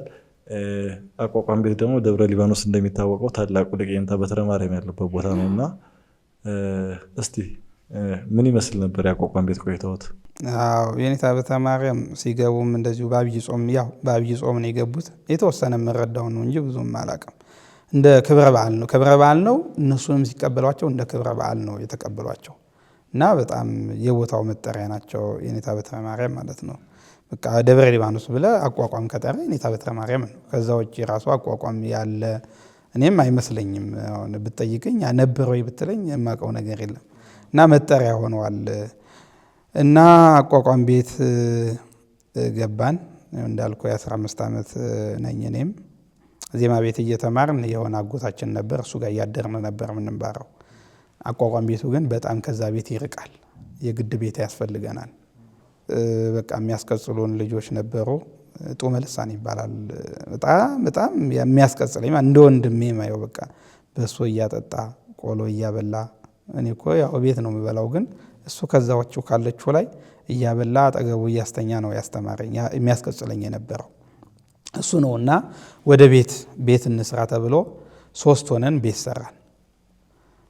እንትን አምጥተን ሰንበሌጥ አምጥተን እንጨት ከደጋ አስቆርጠን ጎጆ አሰራን ማለት ነው። ጎጆ ሲሰራ ግን ምን ተደረገ መሰለህ? በቁመታችን ልክ ነው የተሰራው ጎጆ። አንድ ማደያ አለ ሁላችንም እንገለበግበት፣ ከዛ ደግሞ ይቀጥላል። ከዛ ከዋናው ላይ እንደ ሳሎን ይቀጥላል። ሳሎን ነገር በቃ መኝታ ቤት ይሰራል። ያ ሲሰራ እኔ 15 አንደኛው 14 ሌላው ደግሞ እንደዚሁ ነው። በቃ 14 15 ነን እና ማደግ አይቀርም አደግን። ተሰራ ቤቱ ብቻ ብዙ ጥረን ተሰራ በቁመታችን። እኔን ለካኝ በሜትር ለካኝ፣ ያቺ ተሰራች። እሱም ወዶ አይደለም በመሰረቱ ከዛ በላይ አይችልም ጎጆ። መጀመሪያ ማደያው ሲሰራ ከፍ ተብሎ መሰራት ነበረበት። ከዛ ላይ ስቀጥል ይረግብባል። ሳር ነውና ውሃ መቋጠር አይችልም። ውሃ ከቋጠረ ይወርዳል። ከዛ በልክ ተሰራ። አደግን። ማደግ አይቀርም በእውቀትም አደግን፣ ቁመታችንን በአካልም አደግን። ያኔ ስናድግ እንዴት ይተኛ እዛ ቤት ውስጥ መተኛት አልተቻለም። ከዛ ስንተኛ ምን አደረኩኝ በኋላ ላይ በቃ እንትን ይበልና እንጨት ይገዛና ወደ ኋላ ሳብ ይበልና ይሰራልኝ ምናምን ተባለ። የኔ ነች ደግሞ በጣም እንትን ያለችው እንትን ያጠረችኝም። ያው እኔ ያልቁመቴ እኮ እኔ ያላደገም ይባላል ስወለድ እንዳለው ነው ይመስለው አሁንም። ነገር ግን ያኔ አድጌ ይሰራ ተባለ። ሲሰራ መርገብ ጀመረ። ያም ሆኖ ራሱ እኮ ማለት ያም ሰፍቶም ራሱ አልበቃኝም። እንዴት ተኛ መሰለ? ይሄኛው ጠርዝ አለ አይደል? ወደዚህኛው ጠርዝ ነው የምተኛው። ያችኛዋን በምን እሸፍናታለሁ? በትራስ ባዶ ቦታ ትኖራለች፣ ከጠርዝ ወደ ጠርዝ ስትተኛ እሷን አድርጌ ከጠርዟ ከአንደኛው ጠርዝ ወደ አንደኛው እንዲህ መተኛ ሲነበርን እንዲህ ትተኛለህ ማለት ነው። በሰያፍ እየተኛውኝ እየኖርኩ እያለ ክረምት ገባ። ክረምት ሲገባ ዝናቡ ውጭ ሆነ ማለት ነው። ውጭ የተኛ ያልክ ነው የሚመስልህ። ምንድን ያደረግኩት? በቃ አማራጭ ሲጠፋ ቆርቆሮ ማደረግኩበት። ቆርቆሮ ከላይ ማለት ነው፣ ድርብ ከእንትኑ ላይ ከላይ ታደርግበታለህ። ከውስጥም በሸንበቆ ውስጥ እንደዚህ ማደረግኩበት፣ በውስጥ እንዲያልፍ አድርገ። ያም አልቻለውም። ያው አንድ ጊዜ መቼስ ልትጠቀም ስትል መከራውም እንደዛው ነው። ያው የምትጠቀምበት ነገር ስለሆነ ከዛ እንደዛ እያደረግን እያለ በቃ አላቆም ሲለኝ ምን አደረግኩኝ? ከውስጥም ጥላ እንደዚህ ዘቅዝቅ ያጠላው፣ ከውጭም አጠላው። ያቺ ስትጠራቀም እየወጣ ወደፋለሁ። እንደዛ እያደረግን እየተማርን ነበረ። ከዛም በኋላ ግን ያ አልሆነ ሲል ወደ ማደያው መጣን። ማደያው ላይ መተኛት ጀመርን። እነሱ ሁለቱ እዛው ይተኛሉ፣ እኔ ግን ማደያው ላይ መተኛት ጀመርኩኝ። መተኛት ብቻ ነው እንጂ ማበስለው ምናምን የለም። እነሱ ግን እዛው አብስለው ነው የሚኖሩት። ስመጣ ተኛለሁ። በኋላ የሆነ ሰዓት ግን እንደዚህ እንደው ትዝ የሚለኝ ታሪክ፣ የሆነ ሰዓት ተኝተን በህብረት ተኝተናል፣ እዛው ማደያው ላይ ማለት ነው። ማደያው ላይ ተኝተን ቅዠት፣ በጣም ኃይለኛ ቅዠት። በቃ ሰይጣን እንደዚህ የሚደቁስ የለም በኩርኩም እንደምትመታው ነገር። ሁሉንም እኮ ነው ደግሞ ባንዴ። እንተኛለን ይመጣል፣ እንተኛለን ይመጣል። እንደዚህ ይጫናል፣ ጥፍልቅ የሚያደርግ ስሜት ማለት ጭንቅላትን ይዞ ድፍጥጥ የሚያደርግ። እዛ እንደዛ ሲያደርገን ቆይ ዘዴ መዘየድ አለብኝ ብዬ ተኙ። በቃ እኔ እጠብቀዋለሁ አልኳቸው። መጥቶ የሚይዘው እኔ በቃ እንደ ሰው ነው ያስመሰልኩት እኮ ነፈሱን። እጠብቀዋለሁ ብዬ ተኙ። እነሱ ከተኙ በኋላ ብድግ አላሉም። ትንሽ ቆይተው ምን ነው ወካችሁ ነው እየጠበቁ እኔ ሳላየው ቤት ገብቶ ነው ምናምን አልኩኝና ይሄ ታሪክ ነበረ። አቋቋም ቤት ብዙም ጊዜ አልተቀመጥኩም። እዛ ነው ያኔ ነው በቃ ዘመናዊ ትምህርትም የጀመርኩት። አቋቋም ቤት 4 ዓመት ነው የተቀመጥኩት። ከዛም በኋላ ያው ተለውጫለሁ። ምንም የለም፣ ትምህርትና ትምህርት ብቻ ነው የማስበው። በቃ ቁም ነገረኛ ራሴን የቻልኩ ሰው ሆኛለሁ። አሁን በቃ በራሴ የምንቀሳቀስ በቃ ቤቴም ትምህርት ቤት ነው። ላይም ስወጣ የራሴ ቤት አለችኝ የምቀጽልባት። በቃ ስራ የማያሰሩኝም። በቃ እነሱ የተለየው ሰው ሆኛለሁ። በቃ ግን ጥያቄ የፈጠረብኝ ነገር ከቤት የተመላለሱ የሚማሩ ከሆነ ጎጆ ቤቱ ላይ ለምን አገልግሎት ይጠቀሙት ነበር ነው? የወንበር ሰዓት ላይ ወንበር ነው ሄደው የሚያድሩት። ደግሞ ቤቶት ከሆነ ያ ዝናቡ እንደዚህ ያስቸገሩት በምን ጊዜ ነው? ምክንያታዊ ጥያቄ ነው። አዎ እውነት ነው። እዛው ነው የምኖረው፣ ግን ያው ከተማ ነው ብያለሁ። ቤት ስትወጣ ግን ቀን ችግር የለውም። ቀን ተምረህ ወደ ቤት ነው የምትሄደው። ማታ ግን እስከ 5 ሰዓት ትማራለህ። ወንበር ተምረህ መውጣት አይታሰብም። ጅብ አለ። ምክንያቱም ጫካ ነው። አይተዋል መቼስ ደብረ ሊባኖስ የማያውቅ የለም። እና በጣም ጫካ ነው። ወደዛ መውጣት አትችልም። እና ለሌሊቱ ይጠቅመኝ ዘንድ ነው እንጂ ለሌላ ምናምን የግድም ደግሞ እዛው መቀጸል አለብህ። ሰው እንኳን አብረን እንውጣ እንኳን ቢልህ እዛ የሚያስቀጽልህ አታገኘም። ውሻ ገደል ላይ መቼስ የሚያጫወት እንጂ። ስለዚህ በዛ ምክንያት ነው እዛ መኖር የጀመርኩበት ምክንያት። እሺ እርስዎ ሙሉን ከየንታ በተራ ነው የተማሩት ወይስ በሳቸው ምክትልም ነው የተማሩት? አቋቋም ነው። አቋቋም ከኔታ በትረ እና ከሁለቱም ነው የተማርኩት። የተወሰነውን ፓርት ክብረ በዓል በመሃል እሳቸውም ሁለቱም ናቸው የሚያስተምሩት። ትልቁ ቤት የኔታ ያስተምራሉ፣ ማለትም የኔታ በትረ። የኔታ ስሙር ደግሞ ትንሽ ቤት አለች፣ አንዳንድ ጠላ ቤትም ትሆናለች። እንደዚህ በዓል ምናምን ሲገጥም እዛ ያስተምራሉ። እሳቸው ጋር ነበር የምማረው። እኔ ክብረ በዓል እንደጸለኩኝ እንዳውም የኔታ ናቸው በቃ እኔ ዘመናዊ እንድማር ያደረጉኝ። እሳቸውም ራሱ ገብተው ነበር ዘመናዊ። የኔታ ስሙርም ገብተው በጣም ለትምህርት የተለየ እንትን ያላቸው የተለየ ቦታ በቃ በጣም የሚማር ልጅ በቃ እኔ እኮ እሳቸው እያስተማሩኝ እኮ እኔ እሳቸውን ለዚህ ለፋሲካ የሚሰጣቸውን ስጋ እኔ ነበርኩ ይዤው የሚሄደው። ይማሩ እንጂ ምናቸውንም ይሰጣሉ ምንም የሚከለክሉ ነገር የለም። እንዳውም እንዴት ነበር የሚያበረታቱን? ወርሃ በዓል ምናምን ስንገባ ዚቁን ተውት አሉ።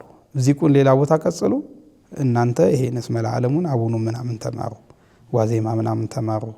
ዋዜማ እንኳን ያው የእንትን የለውም የወራ በዓል ግን በቃ ዚቅ ትተናል። ከክብረ በዓልም ከተወሰነ ጊዜ በኋላ ዚቅ መማር ትተናል።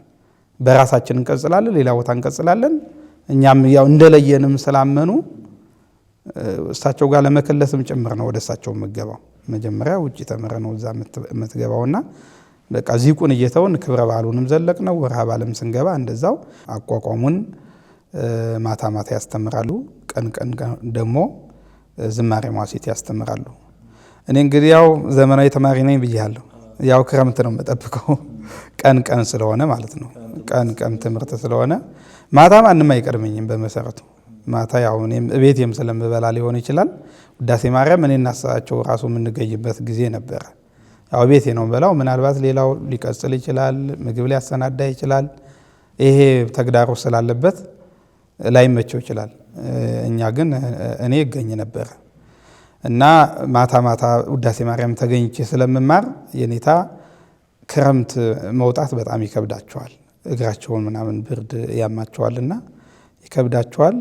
ያው ለኔ ሲሉ ፍላጎቴንም ስለሚያዩት ደግሞ ውዳሴ ማርያም ደግሞ በሰዓቱ ነው የምገኘው። ውዳሴ ማርያም የሚያደርስ ደግሞ በጣም ነው የሚወዱት። በጣም ማለት ነው በጣም በቃ የሚመረሩበት ነገር ቢኖር ውዳሴ ማርያም አለማድረስ ነው። በ40 ቀን እኮ ድንግል ማርያም ትገኛለች ይላሉ። ውዳሴ ማርያም ላይ በፍጹም መጥፋት የለባችሁ። እንደውም አንዳንዴ ወንበርም ያጥፋሉ በውዳሴ ማርያም ተናደው ማለት እኔ እናንተ እኮ ተገኝታችሁ እኔን ልትጠሩኝ ሲገባ እኔ እዚህ ቁንጫ አለ ደግሞ በቃ ለማህበር ምናምን አፈር ምናምን ይሆናል። የተጎዘጎዘውም ጉዝጓዝ ወደ አመድነት ይቀየርና ቁንጫ ለእኔ እዚህ ቁንጫ እየበላኝ እናንተን ስጠብቅ እናንተ ቢያንስ ሌላ ግዙኝ አላልኳችሁም፣ ግን ውዳሴ ማርያም አድረሳችሁ መማር ያቅጣችኋል እያሉ ወንበር ራሱ የሚዘጉበት ጊዜ አለ። እንደው አንድ ሰው እንኳን ከቀረ ወጣ አድርሳል አያ ውዳሴ ማርያም አድርሳል ምናምን ብለው ያስወጣሉ። እና ያ እንትን ስለነበረን እኔ እንትን ክረምት ላይ ለመማር ሳስብ እሳቸውም በቃ እኔ ደግሞ ከጀመርኩ አላቋረጥም፣ ምክንያትም የለኝም። በቃ ወደ ሲስተሙ ገብቻለሁ እኮ በቃ እኔ አሁን ቁማር ምናምን ያታለኝ ሰው አይደለሁ። አለፌበታለሁ። ስላለፍኩበት ሌላ ነገር አይዘኝም። ወደ ትምህርቴ ነው። በሰዓቱ 3 ሰዓት አጨበጭብላቸዋለሁ፣ ይመጣሉ። በቃ ያችን ክረምቷን በቃ ያለ እረፍት ማለት ነው። ያለ አንድ ወንበርተኛ ነበረኝ። ዝማሬ ስንማር ወንበርተኛ ነበረኝ። መዋሥዕት እንኳን ስማር እንትን አላለም፣ እሱ አልነበረም፣ ሌሎች ነበሩ። መዋሥዕት እንደዚህ ወደዚህ ወጣ እያልን ነው የተማርነውና ነገር ግን ዝማሬው ላይ ክረምቱን እንትን አልኩኝ። መዋሥዕቱን በፊትም ጀምር አድርጌው ነበርና እንትን አላለኝም። ዝማሬውን በቃ እሳቸውም ትኩረት ሰጡ። በቃ እኔም አልቀርም። በዛ ልክ ክረምት ላይ በደንብ ተማርን። ክረምት ላይ ነው ያከናወንኩት ማለት ነው። እሱ የዝማሬ መዋሥዕቱን ትምህርት ሰብስበውን ከትምህርት በኋላ ይሰበስቡንና አጥኑ እስኪ ምን ይሄን ከምን ሂስትሪ እንዴት ነው ምናምን ይላሉ። እንግሊዘኛ በቃ ዘመናዊንም እዛው እናካሄድ ነበረ። እኔ አንድ ትዝ የሚለኝ እንደዚህ ዘመናዊ ምናምን እየተማር አንድ እዛ አቋቋም ይማራልና በቃ ዘመናዊ ስንማር ጎበዞች ናቸው ሲባል ይሰማል። ሳይንስ መሰለኝ አነሳና ያዘው መጽሐፉን። እንግዲህ እሱ የሚያውቀው መጽሐፍ ቅዱስ በቁጥር እንደሚታወቅ ምናምን። ከዛም በኋላ ሳይንሱን አነሳና ታውቃላችሁ አይደል አለ። ታውቃላችሁ ተምራችኋል፣ አሁን እናንተ ጎበዝ ነው የምትባሉት አለ። ከዛም በኋላ አነሳና መጽሐፉን እስቲ ገጽ 15 አለ።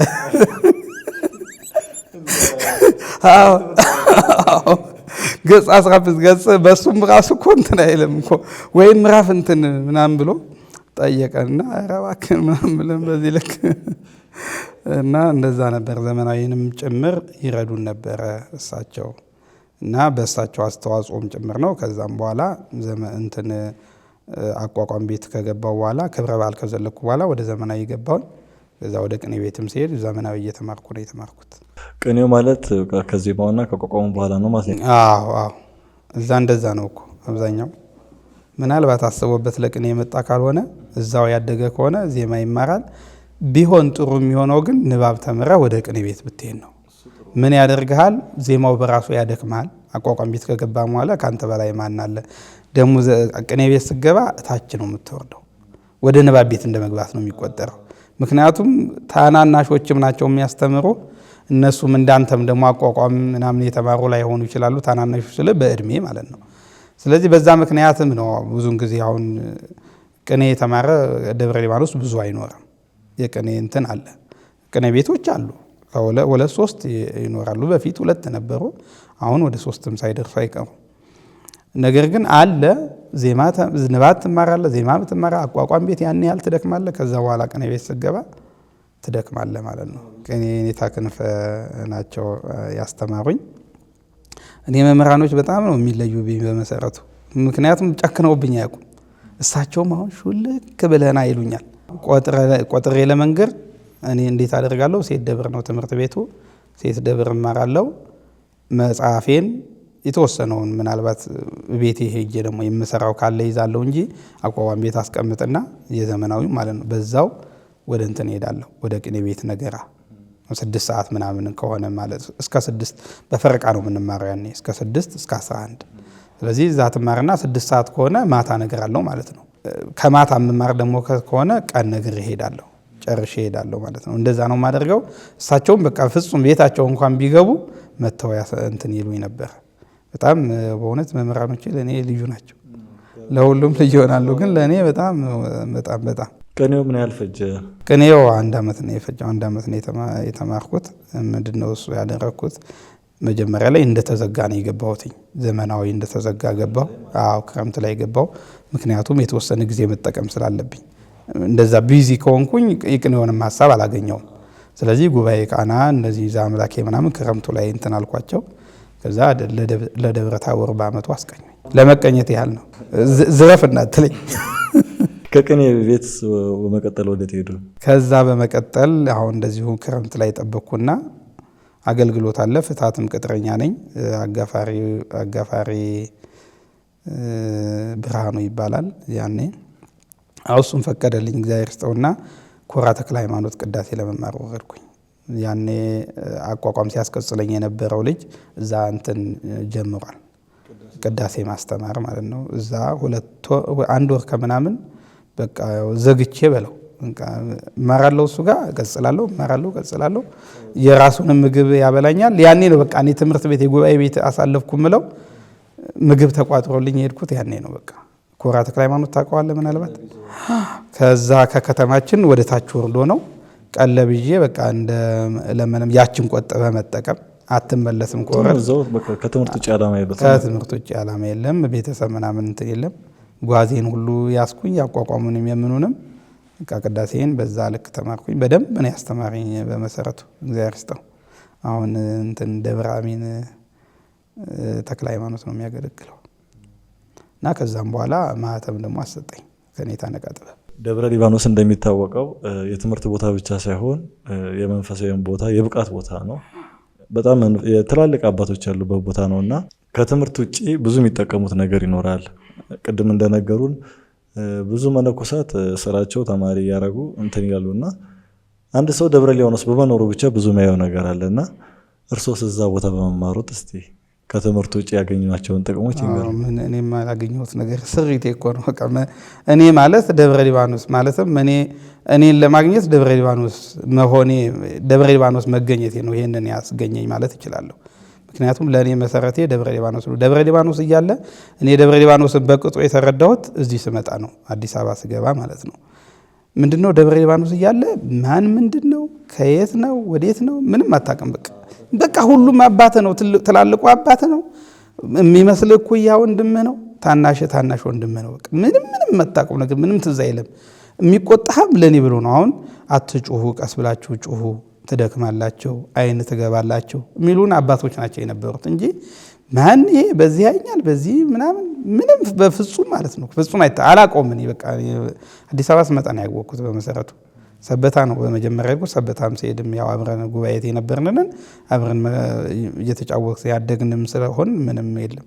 አዲስ አበባ ስመጣ ነው እና ገዳም ወይም ደብረ ሊባኖስ የሁሉ መገኛ ነው። በቃ ማን ከየት ነው ወዴት ነው ምናምን የሚባልበት እንዳልኩ ሁሉም በሕፃንነቱ ነው የመጣው።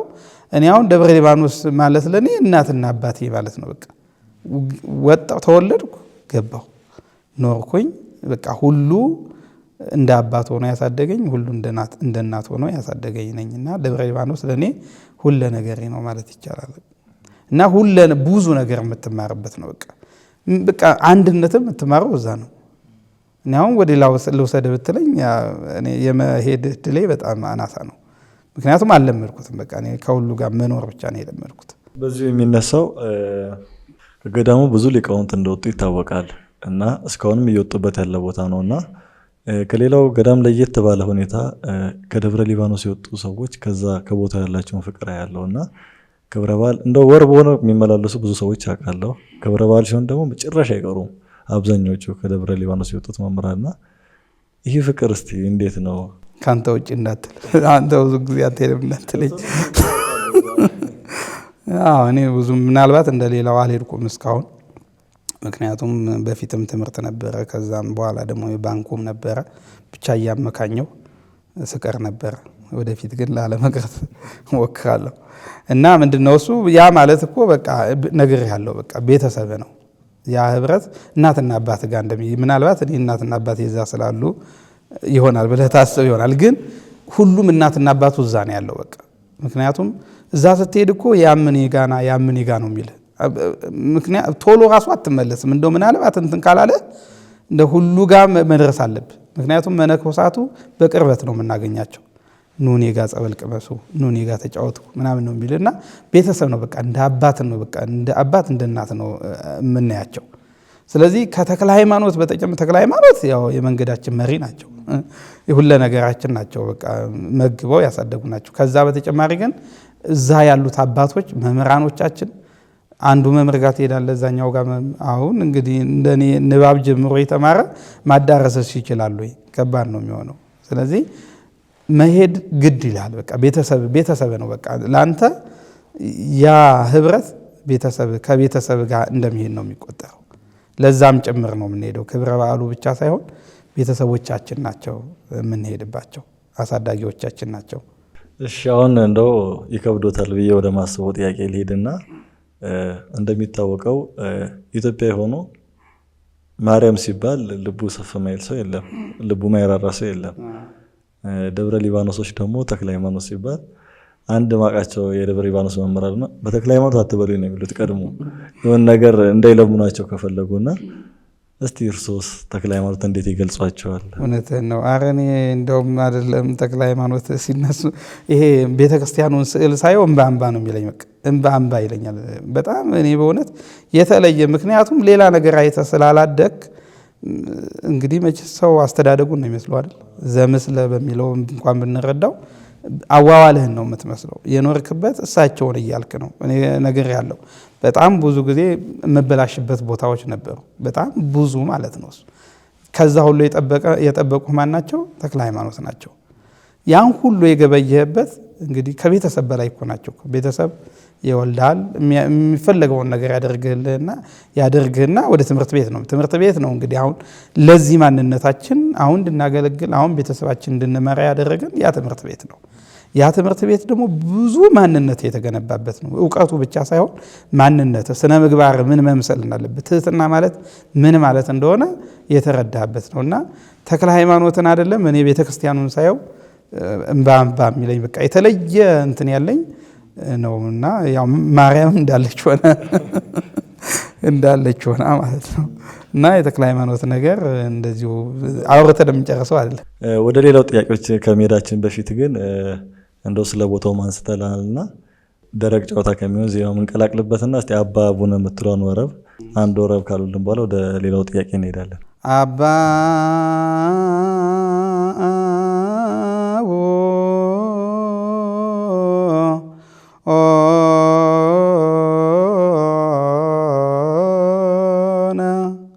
አባ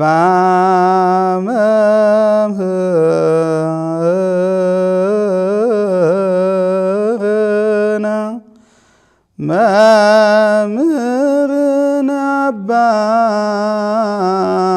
ተክለ ሃይማኖት አባ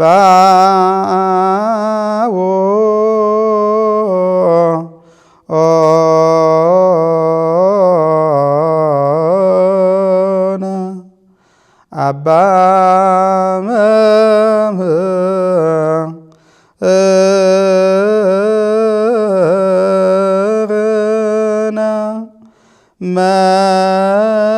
ምድን አባ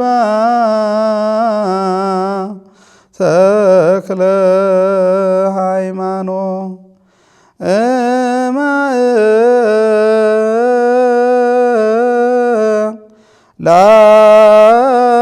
ላፍ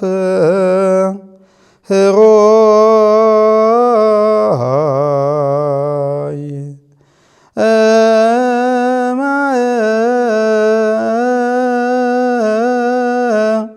ላፍ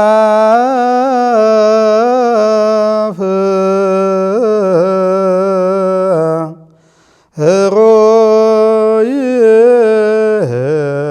ተክለ ሃይማኖት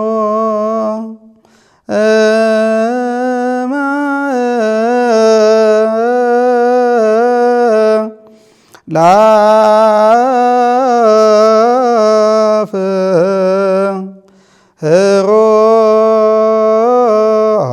ህሮይ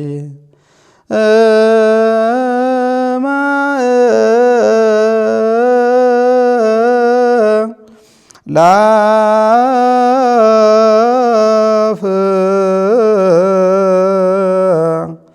ህሮይ ተክለ ሃይማኖት። እሺ እንታ ቃሎት ያሰማልን። አሜን። አብራ ያሰማን። የጉባኤ ቤት ቆይቶትን ጠቅላላ አድርገው ነግሮኛል። እርስዎ ደግሞ ደብረ ሊባኖስ በመማሩት ከተጠቀሙበት አንዱ ዘመናዊ ትምህርት ጎን ለጎን የተማሩትና እስቲ ዘመናዊ ትምህርትስ ከየት አደረሱት ይለውን እንዴ? ዘመናዊ ትምህርት እንግዲህ እንደነቀድም ጠቅሼላለሁ። አቋቋም ቤት እያለሁ ክብረ በዓል መዝሙር እየተማርኩ ነው። ክብረ በዓል ጨርሼ መዝሙር እየተማርኩ ነው የጀመርኩት። እስከ 8 እዛው እስከ 9 አጋማሽ 8 ብቻ ነበር የሚያስተምሩት ትምህርት ቤቱ። በእኛ ጊዜ ግን 9ና 10 ጀመረ። 9 10 የተጀመረበት ወቅት ነበረ። 9 እዛ እየተማርኩኝ ያለ የትምህርት ሳይሆን የስራ እድል ወደ ሰበታ መጣ ማለት ነው። ሰበታ ተጠራው። ያው በድጓ መምህርነት ነበር የሚፈልጉት። ከኔ ጋር ዘመናዊም ስማር ነበረ። አቋቋም ቤት ማብረን ስንማር ነበረ። ሄዶ ነበረ እሱ እዛ ገብቶ ነበር ሰበታ ገብርኤል ማለት ነው። በሱ አማካኝነትም ነው የተጠራሁት። እሱም ጠቁሞ ማለት ነው እሱ። ስለዚህ ድጓ የዘለክበትን የሚያመለክት ምስክር አቅርብና ከዚህ መስራት ትችላለህ አሉኝ። ምስክሩን የኔታን እንደዘለኩ የሚያመለክት ጻፉልኝ፣ ፈረሙልኝ። ያችን እየሰጠዋቸው በድጓ መምህርነት ወደ ሰበታ መጣሁ። ሰበታ ከገባው በኋላ እዛው ሁለተኛ ደረጃ ትምህርት ቤት 9 አጋማሽ ጀምሮ 10ን በጥሩ ውጤት ነው እንትን ያልኩት። ያኔ ግን ምን ተፈጠረ መሰለ? ያው ትምህርት ላይ የራሱ ተጽዕኖ ስላለው ማለት ነው። ፍቅር ጀመርኩ። በጥቅሉ ዝም ብዬ ልግባ። ፍቅር ጀመርኩ። የፍቅር ግንኙነት ጀመርኩኝ። ዘመናዊ አብረን የምንማረው የነበረው እንግዲህ ሰበታ እንደገባሁኝ መቃብር ቤት ነው የምኖረው። እዛው አድራለሁ፣ እዛው ልጆች አስቆጥራለሁ፣ አገልግሎቴን አገለግላለሁ። ከዛ ውጭ ደግሞ ትምህርት ቤት እሄዳለሁ። እንደዛ እያልኩኝ በመሃል አባቴ ያረፈ። በ92 ምናምን ዓመቱ ነው ያረፈው። አባቴ እንዳረፈ ምን አደረግኩ መሰለ? ሐዘኔን በግጥም ነው የገለጽኩት። እያለቀስኩኝ እጽፍ ነበረ። አባቴ የቀለም አባቴም የስጋ አባቴም ነው ያረፉት። ሁለቱም በአንድ ጊዜ። የኔ አባት 91 ዓመቱ ነው፣ እሳቸው ደግሞ 92 ዓመታቸው። በዚህ ልዩነት ነው ያረፉት። የኔታ መራዊ በ92 ዓመታቸው፣ የኔ አባት በ91 ዓመት አረፈ። እኔም አረፉ ልበል። የሚገርም ግጥም ገጥሜ ሁለቱንም ማሸኛኘት አደረኩላቸው። ያው ምናልባት ጨካኝ ያስብል ይሆናል። አንድ ያው እያለቀስኩም ነው እየጻፍኩት። ከግጥሙ መረዳት እንዴት ይገጥማል ያለም ሊኖር ይችላል። እንዴት አባቱ ቤተሰቡ ሞቱ፣ ምን አይነት ጨካኝ ሆነ እዚህ ግጥም ይገጥማል። ምናልባት ለግጥም ካለኝ ፍቅርም የተነሳ ይሁን ደግሞ አንድም እንባዬን የገለጽኩበት እና እዚህ ላይ ምን ላንሳል መሰለህ? ያው ተያያዥነት ስላለው ነው እንጂ ምናልባት ወደፊት ታነሳው10ኛ ክፍል ሰበታ እየተማርኩኝ 9ኛ ላይ ጥሩ ውጤት ነው ያመጣሁት። በዛም ደግሞ አስተማሪዎችም ያው ጥሩ ውጤት ያመጣል ብለው ይጠብቃሉ 9 ስለመጣ። እኔ ግን በመሃል ምን ሆንኩ ልቤ ከዳኝ ሸፈተ ልቤ ፍቅር ያዘኝ ማለት ነው በጥቅሉ ወደ ፊት ሳመጣው። ይሄ እንዴት ተፈጠረ መሰለህ? አብረን ነው የተማርነው። አዎ ከሆኗ ባለቤቴ ጋር ነው። ምናልባት ሰርፕራይዝ እንዳትሆን አደረኩ ገለጽኩልህ ስሟን። ከአሁን ባለቤቴ ካለችው ጋር ነው እንትን ያልነው። አባቴ በመሃል አረፈ። አባቴ ካረፈ በኋላ ደወለች እሷ። እንግዲህ ባጭሩ ማለት ነው እሱ ለማጽናናት ነው። አዎ ለማጽናናት ደወለችልኝ። ስትደውልልኝ እኔ ደግሞ ያው ተጽናናሁኝ። ከተጽናናሁ በኋላ ይሄ ስልክ ያስፈልገኛል ብዬ ያስኩት። ያው በፊትም እንተዋወቃለን። እሷም እንደዚሁ የእንትን ልጅ ናት፣ በስርዓት ያደገች ናት፣ የካህን ልጅ ናት እና በስርዓቱ ያደገች ስለሆነ እዛም ሆኜ አስቢያት ይሆን አላውቅም። ብቻ ግን ለሀዘን ማጽናናት ስትደውል እኔ ወደ ፍቅር ለውጫዋል። ከዛ ደግሜ ደወልኩኝ። ነገር ግን ምን ተፈጠረ መሰለህ? እኔ ደግሜ ስደውል በመሃል በመሰረቱ ተደዋውለናል፣ ግን የፍቅር ጥያቄ ምናምን አልጠየኳትም። እየተደዋወልን እያለ ያው የማጽናናት ነው። እሷም ታጽናናኛለች፣ እኔም እጽናናለሁ። እኔ ነኝ የማውቀው ሌላውን ጉዳይ። ከዛ በመሃል በወሩ ልዩነት ነው የእኔ አባት ግንቦት ላይ አርፎ የእሷ ሰኔ ነው ሐምሌ እንደዚህ አረፉ። ያው ሲያገናኘን ማለት ነው እንግዲህ። አዎ እኔም ለእሷ ምትክል ነው አንተ እንዳልከው። ከዛም በኋላ ስደውልላት ጉዴን ሰማ አለች። ሀዘን ውስጥ ሆና ማለት ነው። ምንድን ነው ምናምን ብዬ ዘጋውና ቤተሰብ ጋር ስደውል አጣሩልኝ ምናምን። እነሱም አልሰሙም ነበረ። ሲጠይቁ እንደዚህ ነው ምናምን አሉ። እኔም ያው በወቅቱ ትምህርት ላይ ነበርኩ። ያው ሄጅም ለማስቀበር ደግሞ አልጀመርንም ገና። በጓደኝነት ግን ያው እንትን ማለት ይቻል ነበረ። ግን ትምህርት ላይ ነበር፣ ፈተና ወቅት ነበር። እሷም ራሱ ጥር ላይ ነበር፣ የጥር ፈተና 10ኛ ክፍል ማለት ነው። እዛ ላይ ነበረ። አንድ ባች ናችሁ? አንድ ባች ነን። አንድ ጋር ነው የምንማረው፣ ያው አንድነታችን ለማጠናከር እና በዛው እየተጽናናን ቀጠልን። ለምን ላነሳልህ ፈልጌ ነው፣ ፍቅሩ በቀጠለ ቁጥር ውጤት ደግሞ እየመነመነ መጣ ማለት ነው።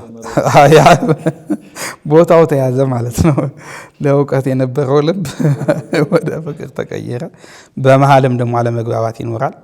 አንዳንዴ በርቀትም መሆኑ ምናልባት ፍቅሩ በራሱ የሚፈጥረው ያው አንተም ትማርበታለህ ምናልባት ካልጀማመረ እና እንደዛ ግጭት ምናምን ሲፈጠር አንዳንዴ ማጥናቱንም ትተዋለህ።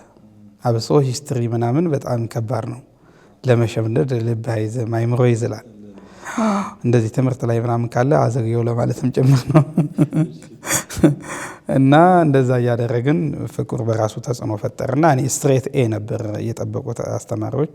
እኔ ግን ፎር አመጣሁኝ። ያው ጥሩ ነው፣ ግን እንደ ካህን ያው ሁሉን ነገር በአላማ ስለምትንቀሳቀስ ስትሬት መምጣት ነበረበት። ያው ፍቅሩ ያመጣው ተጽዕኖ ሆኖ ግን ያው ፍሬው ሲታይ ደግሞ እንኳን አመጣ ቢያመጣ ልትለያይ ትችላለህ። እና ይህን ይመስላል ዘመናዊ ትምህርት። እዛ ሰበታ 10 ጨረስኩኝ። አሁንም እግዚአብሔር ፈቃድ ሆኖ እንደዚሁ በጓደኞች አማካይነት ያው ዝም ብሎ በሰው የሚያውቁኝ ደብረ ሊባኖስ መሆኔና ደብረ ሊባኖስ መሆኔ ያገናኘን እንጂ አብረን ተምረን ሳይሆን እንደዚሁ እዚሁ ሰበታ አለ ምናምን ሲባል ሰምተው ሀገረ ስብከት መጥቼ እንድፈተን አደረኩ ማለት ነው። ወደ አዲስ አበባ ገቡ? ወደ አዲስ አበባ እንድገባ። እኔ ግን በፍጹም አልገባም። እኔ ትምህርት የመማር ነው ፈልገው። አዲስ አበባ ደግሞ ያጨናንቃል ፍታቱ ምናምን። እዛ ፍታት ተሳስበ ነው። አንደኛውም ልጅ ይማራል። እኔ ጧት ስሆን እሱ ቀን አመቻችተን ማለት ነው። እሱ ቀን ይፈታልኛል። እንደዚህ እየተፈራረቅ ነው የምንሰራው። ብዙም ደግሞ አይደለም ፍታቱ። አይ እኔ ፍታቱም ቁመቱም ያስቸግረኛል አልመጣም ብል በቃ የእግዚአብሔር ፈቃድ ሆኖ እነሱም ጨቅጭቀውኝ ተፈተንኩኝ። ስፈተንም ዝም ብዬ መጥቼ ነው የተፈተንኩት። ተዘጋጅቼ ምናምን አይደለም። ግን መጣ ገባሁኝ። ከዛ አዲስ አበባ ደግሞ መድኃኔዓለም 2ኛ ደረጃ ትምህርት ቤት እና እዛ ጨረስኩኝ። ያዛም ጥሩ ውጤት ነበረ።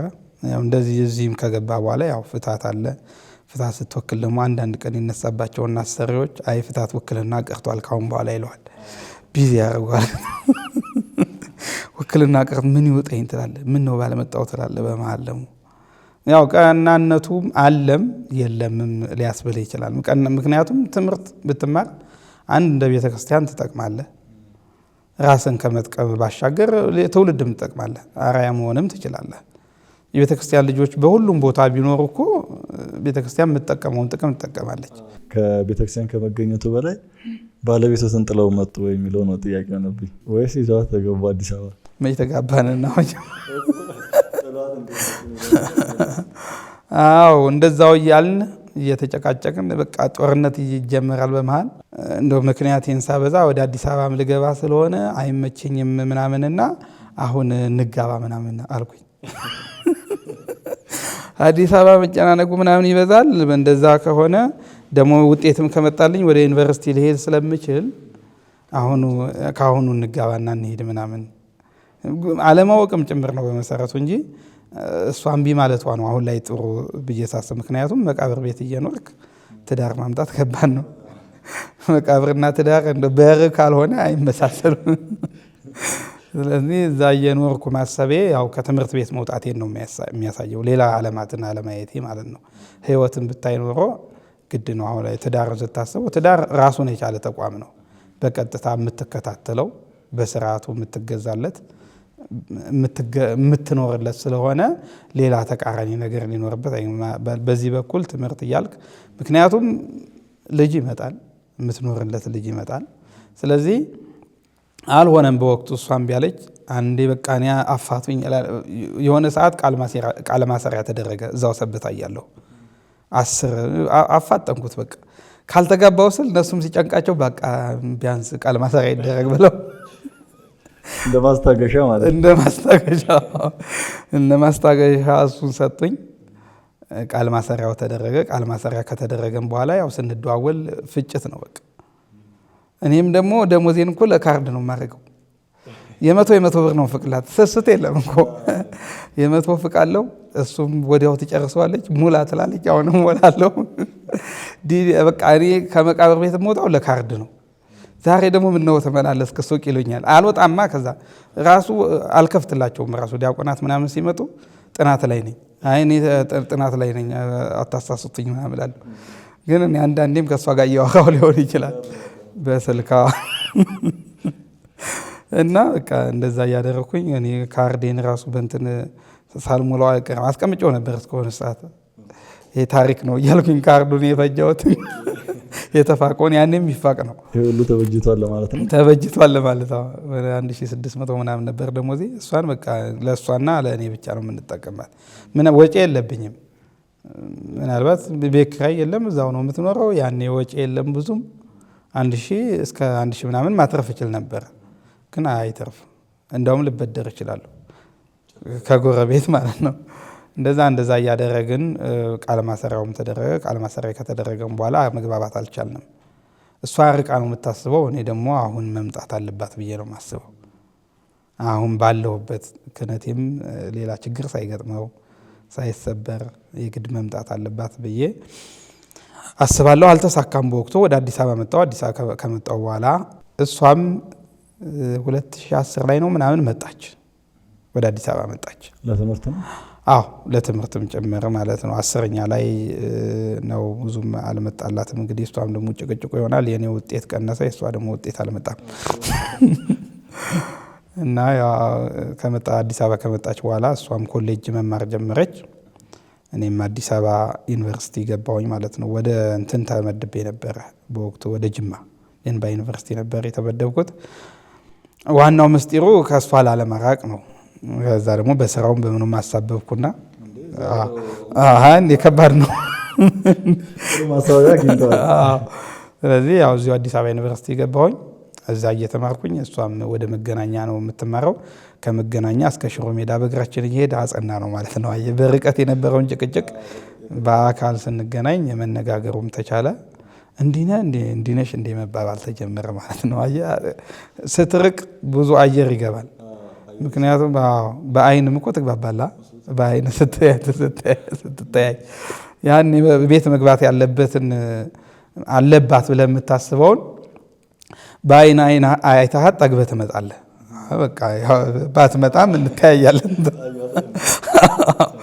እና እንደዛ እያልን እሷም እየተማረች እኔም እየተማርኩኝ ያው 2013 ላይ ደግሞ ወደ ትዳር መጣን ማለት ነው።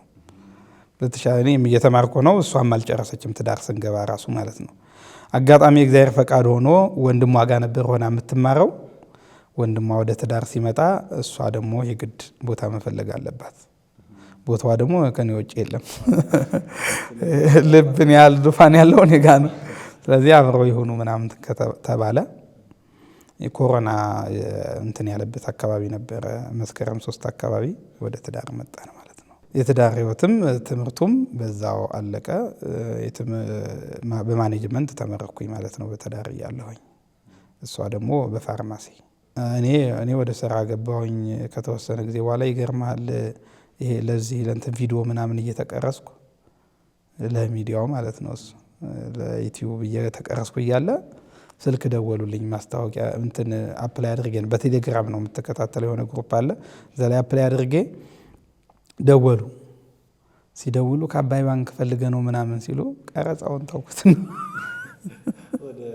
ወደ አባይ ፕሮግራም የጥናት ፕሮግራም ይኖራል ምናምን በቃ ወደዛ እንትን አልኩኝ። ወደ አባይ ገባሁኝ። 2 ዓመት አካባቢ ሰራው። ለ2 ዓመት ትንሽ ሲቀረው 2 ወር ምናምን ሲቀረው እዛ ያው አልቻልኩም። ደግሞ ከአገልግሎት ጋር ማለመቻለ በጣም ረድተውኛል በመሰረቱ ማለት ነው። አገልጋዮቹ እየሸፈኑልኝ ምናምን በጣም ከአገልግሎት ጋር አይደለም ካንተ ጋር ራሱ አይሄድም። በጣም ከማንነት የሚያወጣ ስራ ነው ባንክ ስራ። እንዲሁ ዝም ብሎ እንደሚታየው አይደለም። ያኔ ሱፍ ለብሶ ምናልባት መዝናናት ሊሆን ይችላል። አሁን ላይ ግን ብዙ እንትኖች አሉ የሚጠበቅብህ ነገሮች ማለት ነው። እሱ ከበጀት አንጻር ይጠበቅብሃል። የሆነ ከስተመር ቤዝ የሚባል ምናምን በቃ አካውንት ማስከፈት በቃ በየዞር በየመንገዱ ፀሐይ ሲበላ ነው የምትውለው እና ብዙ ነገር አለው። ከቤተ ክርስቲያን አገልግሎቱም አንጻር መቀመጡ ደግሞ ወገቤን የጉዳት ነገር ፈጠረ። በዛ ተውኩት። አሁን ላይ ግን ምናልባት አሁን ላይ ቲዮሎጂ እየተማርኩ እገኛለሁ ከትምህርት አንጻር። እስከ ትዳሩ ገብተናል። ግን እስቲ አሁን ደግሞ ወደ ትዳሩ ፍሬዎች እንሂድና እስቲ ስለ ልጆችዎት እና አሁን ያላችሁበት ማማንም በዩቱብ ላይ ያታለው እና እስቲ ስለ ልጆችዎት ይንገሩ። ልጆቼ እንግዲህ በአሁን ሰዓት ለእኔ ሁለመናዬ ናቸው። አሁን ለቤተሰቦቼ ነው አሁን ላይ የምኖረው ብዬ የማስበው። በቃ የማደርጋቸው ነገሮች ሁሉ እነሱን እንትን ያደረገ ነው። በቃ ከእነሱ ጋር ነው የምውለው፣ ከእነሱ ጋር ነው የምጫወተው። በቃ እነሱም ደግሞ እኔ ተጠፋ ደስተኛ አይሆኑም። በቃ መስራት የምፈልገውን ነገር ሁሉ እነሱ መቅረብ ነው ከአሁን በኋላ ያለኝ። ማለትም ባለኝ ጊዜ ወደፊት የሚፈጠረው ነገር እንዳለ ሆኖ እነሱ ግን መሰረት እስኪይዙ ድረስ እኔን የገነቡኝ መምህራኖች ናቸው ብዬ ያለው አይደለ። እኔን የሰሩኝ፣ እኔ ደግሞ ልጆቼም ቢያንስ ልጆቼም መስራት አለብኝ ብዬ ከእነሱ ጋር ነው። 2 ፍሬዎች አሉኝ፣ ሰጣዊትና ሶሊያና ይባላሉ። ሁለቱም ያው የማርያም ልጆች ናቸው። ያው በወፍ በረር ነው የምናየው ሁሉንም ነገር በዚህ ሰዓት ማካተት አይቻልም እና በዋናነት ደግሞ እርሶ ከሚታወቁበት ቅድም በትንሹ እያነሱልኝ ነበር። እስቲ ስለ ሚዲያው እናወራና አሁን እንደ ድሮ ወንበር ዘርግቶ ማስተማሩ ብዙም ከተማ ላይ እንደማይመች ያውቁታል። እርሶ ደግሞ ያንን ተጠቅመው በዩቱብ ብዙ ቃል እግዚአብሔር ነው በቀን የሚያስተላልፉት። ከማይሌት ቀረ የሚባል ነገር የለም በእርሶ ዩቱብ ቻናል እና እስቲ ይሄስ ምን ይመስላል የዩቱብ ነገርስ? በመሰረቱ እኔ ዩቲዩብ ላይ የሆነ ጓደኛዬ ነው መምህር ገብረ ኪዳን ይባላል። ምናልባት ካወቀው እሱ ነው ጀምር ያለኝ። የሆነ ሰዓት በዚህ በኮሮና አካባቢ ሲጀምር ምናምን አለኝ። ጀመርኩኝ። እሱ እንዳለኝ እንዲያደርግና ጀምር አለኝ። ያው ትንሽ እውቀቱም ስለነበረኝ የዘመናዊው በሳ ጀመርኩት። በቃ ዝም ብዬ ስነካካው የሆነ ሰዓት ደግሞ እንትኑ ጠፋብኝ፣ ፓስዋርድ ጠፋብኝና ሊቀጠበብት ሰላሙ የሚል ነበረኝ በፊት። እንደ ጫካ እየገባ ሁሉ ዘመ ነበር እሱ ነበረኝ። እሱም ጠፋብኝ፣ ላስመልሰው አልቻልኩም። እምቢ አለ። አይ እንዲህ ማን ላቀቅም በቀላሉ ብዬ ሁለተኛ ከፈትኩኝ። ንዑስ የነበረውን አብይ ዜማ ብዬ ደግሞ ከፈትኩኝ ማለት ነው። እና በተቻለኝ መጠን የጠየቁኝን ሁሉ ለመመለስ እሞክራለሁ። እኔ በራሴ አሁን ይሆናል ብዬ የማደርጋቸው ሳይሆን ተማሪዎች ይጠይቃሉ፣ ወይም የሚከታተሉ ሰዎች ይሄን ብትለቅልን፣ ይሄን በቃ እንደዚህ ብታደርግልን፣ እንዲህ ብታደርግልን ምናምን ብለው ይጠይቃሉ። ያን ደግሞ መመለስ አለብህ። ይሄን ደግሞ በምን ተረዳሁ ብትለኝ ባንክ ቤት ገብቼ ከስተመር ንጉስ ነው የሚባለው ባንክ ቤት። ስለዚህ የጠየቀን ጥያቄ መመለስ መቻል አለብህ። እንደ ንጉስ ሲጠይቃ አንተ ደግሞ እንደ ሎሌ መታዘዝ ነው እና በዛ እያደረኩኝ በተቻለ መጠን እያገለገልኩኝ እገኛለሁ። ከዛ ደግሞ ቤተሰብም ደግሞ ቢያንስ እያስተማርኩት ወይም አብረን እየተጫወትን ደግሞ አስተማሪ የሆነ ነገር ብንለቅ ሌላውም ይማርበታል። ማለትም ጊዜ መፍጀት ካልቀረ ከነሱ ጋር ማስተማር ካልቀረ ለምን ወደ ሰው አታስተላልፈውም የሚል ዝንባሌ ነው። ሰው ጋር ለምን አይደርስም? ምናልባት እውቀቱ የሌለው ሊኖር ይችላል፣ ያልተመቻቸለት ሊኖር ይችላል። አንድ ደግሞ በህፃን ሲገለጽና በአዋቂ ሲገለጽ እኩል አይደለም። በአዋቂ አዋቂ ነው የግድ ጉባኤ ቤት፣ ህፃን ሲሆን ግን አስተማሪም ነው ተማሪም ነው። ምክንያቱም እሷን ታስተምራለህ፣ እሷ ደግሞ ታስተምራለች። እሷን የሚመስሉ ለማየት ብለው ነው የሚማሩት። አሁን የኔ ልጅ ኢትዮጲስን ለማየት ብላ እውቀት ትጎበኛለች። እንደዛ አይደለም የሚደረገው? በጨዋታ መልኩ እንዲይዙ ማለት ነው። ስለዚህ ማማ ስትናገር ድምጿም ስለሚጣፍጥ ልጅም ስለሆነች ልጆች እሷን ሲሉ ማታለያም ብለህ ታስተምራቸዋለህ በሚል እሱንም ደግሞ ከፈትኩኝ ማለት ነው። ከዛም በፊት ፍኖተ ንባብ የሚል ደግሞ ከፍቼ ነበረ። እሱ ምንድነው እሱ ወደኋላ ያስባለኝ ልጆች ምናምን አስተምራለሁ የተወሰነ በኦንላይን ማለት ነው። እሱ ድካም አለ፣ ያው ልጆች መንከባከብ አለብህ። ይሄኛውን ምንድነው እሱ አሁን የሰላም ሰጣዊት አብረን ብትንከባከበው ነው የምታስተላልፈው። ከነሱ ጋር ትውላለህ፣ እሱን ታስተላልፋለህ። ውሎህን ነው የምታስተላልፈው፣ ምንም ችግር የለውም። ያኛው ግን የራሱ ጊዜ ያስፈልገዋል፣ ማንበብ አለብህ። ስለዚህ ምን ማድረግ አለብኝ? እሱን በማማ በኩል ማድረግ ማለትም እሷ ንባቡን ከጠገበች እሷ ራሱ ታነበዋለች። እሷን መመለስ እሷን መከታተል ነው የሚሆነው ማለት ነው። እሱ ከበረታ እግዚአብሔር ከፈቀደላት። ስለዚህ ለእሷ ልስጥ በሚል ነው ሀሳቦት። በዚህ ብቻ የተገደበ አይመስለኝም እና መቼስ የወደፊት እቅድ ይኖሮታል። ዩቱብም ደግሞ በቃ ከዚህ በላይ ምንም አያስፈልገኝም ብለው ቁጭ እንዳሉም አላምነው፣ እምነቴም አይደለም እና እርሶም እርግጠኛ እንደዛ አይሉም እና እስቲ ወደፊት አብይ ዜማን በምን ያህል እንጠብቀው? ሰላም ሰጣዊትም አለ የንባቡም አለ እና ወደፊት ይህን እናደርጋለን የሚሉት ነገር ካለ? አዎ እኔ አሁን ምንድነው እሱ የብዙዎች ጥያቄ በአብይ ዜማ በኩል እንደዚህ ፈጠራዎች የመልክ ፈጠራ ምናምን ይሉሃል፣ እጀ ስራዎችን አሳየን ምናምን ይሉሃል፣ ምልክቶችን እንለይ ይለዋል። እሱን በአካል ማሳየት መቻል ነው። ወይም እያስተማርክም ቢሆን ተማሪዎችን እያስተማርክ እነሱ እንዲያዩት ማድረግ ማለት የሚያይደርሱ ሰዎች በዛ ምክንያት። ስለዚህ በሰፊው ከተጠቀምክበት አሁን ላይ በጣም ደስ የሚለው ሽማግሌው እኔ አሁን የ90 ዓመት ሽማግሌ ነኝ፣ የ70 ዓመት ሽማግሌ ነኝ፣ ግን መማር እፈልጋለሁ፣ በጣም ነው እንትን እፈልገው መማር እፈልገው ምናምን ብለው ይደውሉልሃል። በቃ በጣም ሰው እየተመለሰ ነው። በቃ እንደሚጠቅም ዋናው በቃ ምክንያቱም ከክርስቶስ ጋር ህብረት የምትፈጥርበት ነው ይሄ አገልግሎት ማለት ነው። ክርስቶስ የምትመስልበት አገልግሎት ነው። ቆመህ ነው የምታገለግለው። እንደው በቀና ልብ ብናገለግለው በቃ በጥቅሉ በቃ የሰማዕትነት ስራ የምትሰራበት ወይም አገልግሎት የምታገለግለው አገልግሎት ነውና ሰው መንፈሳዊነትን የሚለካበት እስከመሆን ድረስ ደርሷል ማለት ነው እሱ። ስለዚህ ወደ መንፈሳዊ እየመጣ ስለሆነ እሱ ላይ በደንብ መስራት እፈልጋለሁ። ከዛ እንደዚሁ ሰላም ሰጣዊትም በዚሁ ይቀጥላል። አሁን ምንድነው እሱ ሰላም ሰጣዊትን ለመጠቀም የፈለኩት ትዳር ላይ ነው አሁን መስራት የፈለኩት ማለት ነው። አሁን ለጊዜው ሰዎችን የማምጣት ስራና አቅም እንዲኖረኝ ለማድረግ እንጂ ማለትም እየሰራሁበት ያለው ትዳር እያንዳንዱ ቤት አብሶ የመምህራን ትዳር እንዴት ነው የተገነባው? በምን ውጣ ወረድ ውስጥ ነው አልፎ እዚህ የደረሰው? ጉባኤ ቤት እያስተማሩ እኮ ትዳር የመሰረቱ አሉ። ያ እንዴት ነው እሱ እንዴት እያኖሩት ነው የሚለው መጎብኘት አለበት። የሚረዳቸውም ሰው መረዳት ካስፈለገበት መረዳት አለባቸው። እንደ ቤተ ክርስቲያን እኮ የሚመከረው ካህን የሆነ ሰው የካህናት እኮ ገንዘቡ ምእመናን ናቸው። ስለ ገንዘብ እኮ አሁን ሌላ እነሱን ማስተዳደር ነው እሱ የሚጠበቅ። እሱ እረኛ ነው፣ በጎቹ ምእመናን ናቸው። ስለዚህ ስለ ሌላ ወጪ ማሰብ የለበትም። ነገር ግን ምን ሆነ አለበት? እሱ መልካም እረኛ መሆን ግን መቻል አለበት። ተኩላ እንዲነጥቃቸው አሳልፎ የሚሰጥ ወይም እሱም ተኩላ መሆን የለበትም እንጂ ምእመናን ለሱ ገንዘቦቹ ናቸው። ስለዚህ ብዙ የአብነት መምህራን ማግኘት የሚችሉበት ለምን የፕሮፌሰር ደረጃ አይኖራቸውም እንዴ? በመንፈሳዊነት እኔ እኮ እንግዲህ እነግርሃለሁ፣ ሁለቱን የደከምኩበትንና ይሄኛውን የደከምኩበትን አንጻራዊ ማየት ትችላለህ። ምናልባት እኔ ጋር ቤተሰብ ጋር ሆኜ ስለተማርኩኝ ሊቀል ይችላል። ነገር ግን ሽሮ በጥብጠው ደረቁን ኮሸሮና ውሃ በጥብጠው እየበሉ የተማሩ አሉ። በጣም መስዋዕትነት ተከፍሎበታል ትምህርቱ ማለት ነው እሱ።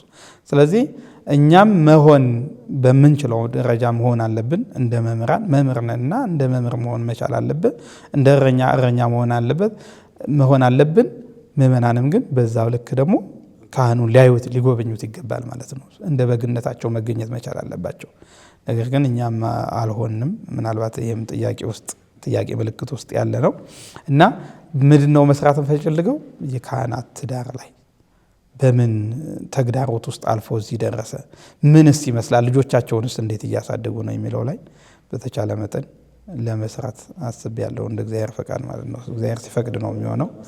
ይህን ሰፋ አድርጎ መስራት ማለት ነው። ከዛ በተጨማሪ መጽሐፍት ምናልባት እኔ እንግዲህ መጽሐፍቶቼ ለጊዜው 2 ናቸው። ሁለቱም ያው ሰጣዊትና ሶልያና ናቸው። እኔ ያው መጽሐፊያ ብርሃናዬም እነሱ ናቸው፣ መጽሐፍቴም እነሱ ናቸው። ገና ረቂቅ ላይ ያሉ ናቸው። እነሱን መስራት እነሱ ላይ መጽሐፍ ምናልባት ለእኔ ያለችውን ትንሽ እውቀት ማሳወቅና በዛ ደግሞ በርትተው እነሱ የተሻለ እውቀት እንዲያገኙ ማድረግ ነው። ነገ ደግሞ ሌላ ተጨማሪ መጽሐፍ ሊመጣ ይችላል። እሱንም እንጠብቃለን። እንደሚታወቀው ኦንላይን አስተማሪ የለውም ወይ? ኦንላይን አስተምራለሁ፣ ልጆች አስተምራለሁ። ያው በአቅም ልክ ድካም አለ። ብዙዎች መማር ይፈልጋሉ፣ ብዙዎች ይደውሉልኛል። እኔ ግን አልችልም። ያው ድካም አለ፣ ጊዜ ያስፈልጋል። ጮቱ ደግሞ ቤተክርስቲያን ስለምታገለግልበት ልብ ነውና ትደክማለህ። የተወሰነውን እያበቃ እነሱ ሲሄደው ደግሞ ሌላ መተካት እንጂ ምክንያቱም ሁሉም ደግሞ ምንድነው በየራሱ ነው መማር የሚፈልገው። ወንበርተኛውን በትምህርት ቤት 4-5 ጉባኤ ይኖራል። 4-5 ጉባኤ ደግሞ 15 ሰው ሊይዝ ይችላል፣ 20 ሰው ሊይዝ ይችላል፣ በርከት ሊል ይችላል ብቻ። እዚህ ግን 5 ጉባኤ ቢኖር 5ቱም አንድ ሰው ሊሆን ይችላል። ብቻውን ነው መማር ይፈልገው። የተለያየ ቦታ ነው፣ የተለያየ ሰዓት ነው ሊሆን የሚችለው። እኛ ኢትዮጵያ ውስጥ ያለው ሰዓት ወይም የሥራ ሰዓትና ሌላው ቦታ እኩል አይሆንም። ያ ስላለ በዛ ምክንያት ሁሉን እያስተናገድኩ አይደለም እንጂ እያስተማርኩ ነው። ልጆች መዝሙር የሚማሩ አሉ። በቃ በደንብ የሚያኮሩኝ በቃ ማስተማር እንዲህ ነው ብዬ የጉባኤ ቤት መምህራን እንድረካባቸው የሚያደርጉኝ ማለት ነው። እሱ የእነሱን ችግር የምረዳባቸው በልጅ ደግሞ እንዴት እንደምትረካ እኔ አንድ ልጅ ወጥቶልኝ አንድ ደና ልጅ ባገኝ ማለትም የዘለቀ ማለት ሌሎች ጀማሪዎች ሊሆኑ ይችላሉ። እሱን ሳይ በቃ እሱ ሲጸነጽለው ሳይ በጣም ነው የምደሰተው። ስለዚህ መምህራን ጉባኤ ቤት በዛ በገጠሩ የሚደክሙት ለካ ፍሬያቸው ስለሚያስደስታቸው ነው ብዬ እንድረዳ አድርጎኛል። ቸረረኛ መሆን አለብን ብለዋልና እስቲ ይሄን ለሚያየው ለመምህራኑም ለምእመናኑም ማስተላለፍ የሚፈልጉት መልእክት ካለ ከመምህራኑ ምን ይጠበቃል፣ ከምእመናኑስ ምን ይጠበቃል የሚለውን ነገር ያስተላልፉ። እውነት ነው። በይበልጥ የሚጠበቀው ከኛ ከመምህራኑ ወይም ከካህናቱ ነው። ምክንያቱም መቼስ በግና እረኛ እኩል አያስብም አይደል? እንደውም ያስባሉ የሚለውም ያው ግን ይሄኛው ሰውነት ያለው የእግዚአብሔር ሰውነት ያለው በግ ነው አይደለ? የሚያስብ በግ ነው፣ የሚያስተውል በግ ነው። ነገር ግን እኛ ማትረፍ መቻል አለብን። እንግዲህ ወደፊት እዚህ አብይ ጾም ላይ ነው ያለነውና ወደፊት የምናስበው ገብርኄር አለ አይደለ? ገብርኄርን ስንት አድርጎ መለሰ እሱ ማለት ነው። አትርፎ ለፍቶ ጥሮ ግሮ በ5ቱ ላይ 5 ጨምሮ ባለ 2ቱ ደግሞ 2 ጨምሮ 4 አድርጎ ባለ 1ዱ ግን እዛው ቀበረው። ያ ብቻ አይደለም። አሁን ላይ የምንመለከተው ምንድነው? እሱ ገብርኄር 5 አደረገ፣ እኛ 5 አላደረግንም። ባለ 2ቱ 4 አደረገ፣ አላደረግንም። እንደ አንዱ ራሱ ቀብረነው ራሱ ተገኝተናል። ያ ራሱ አለ የሚለው ራሱ በራሱ ጥያቄ ምልክት ውስጥ ነው። ያ የተቀበረው ራሱ ያችን መክሊቷን ቀብሮ መለስ አይደለ?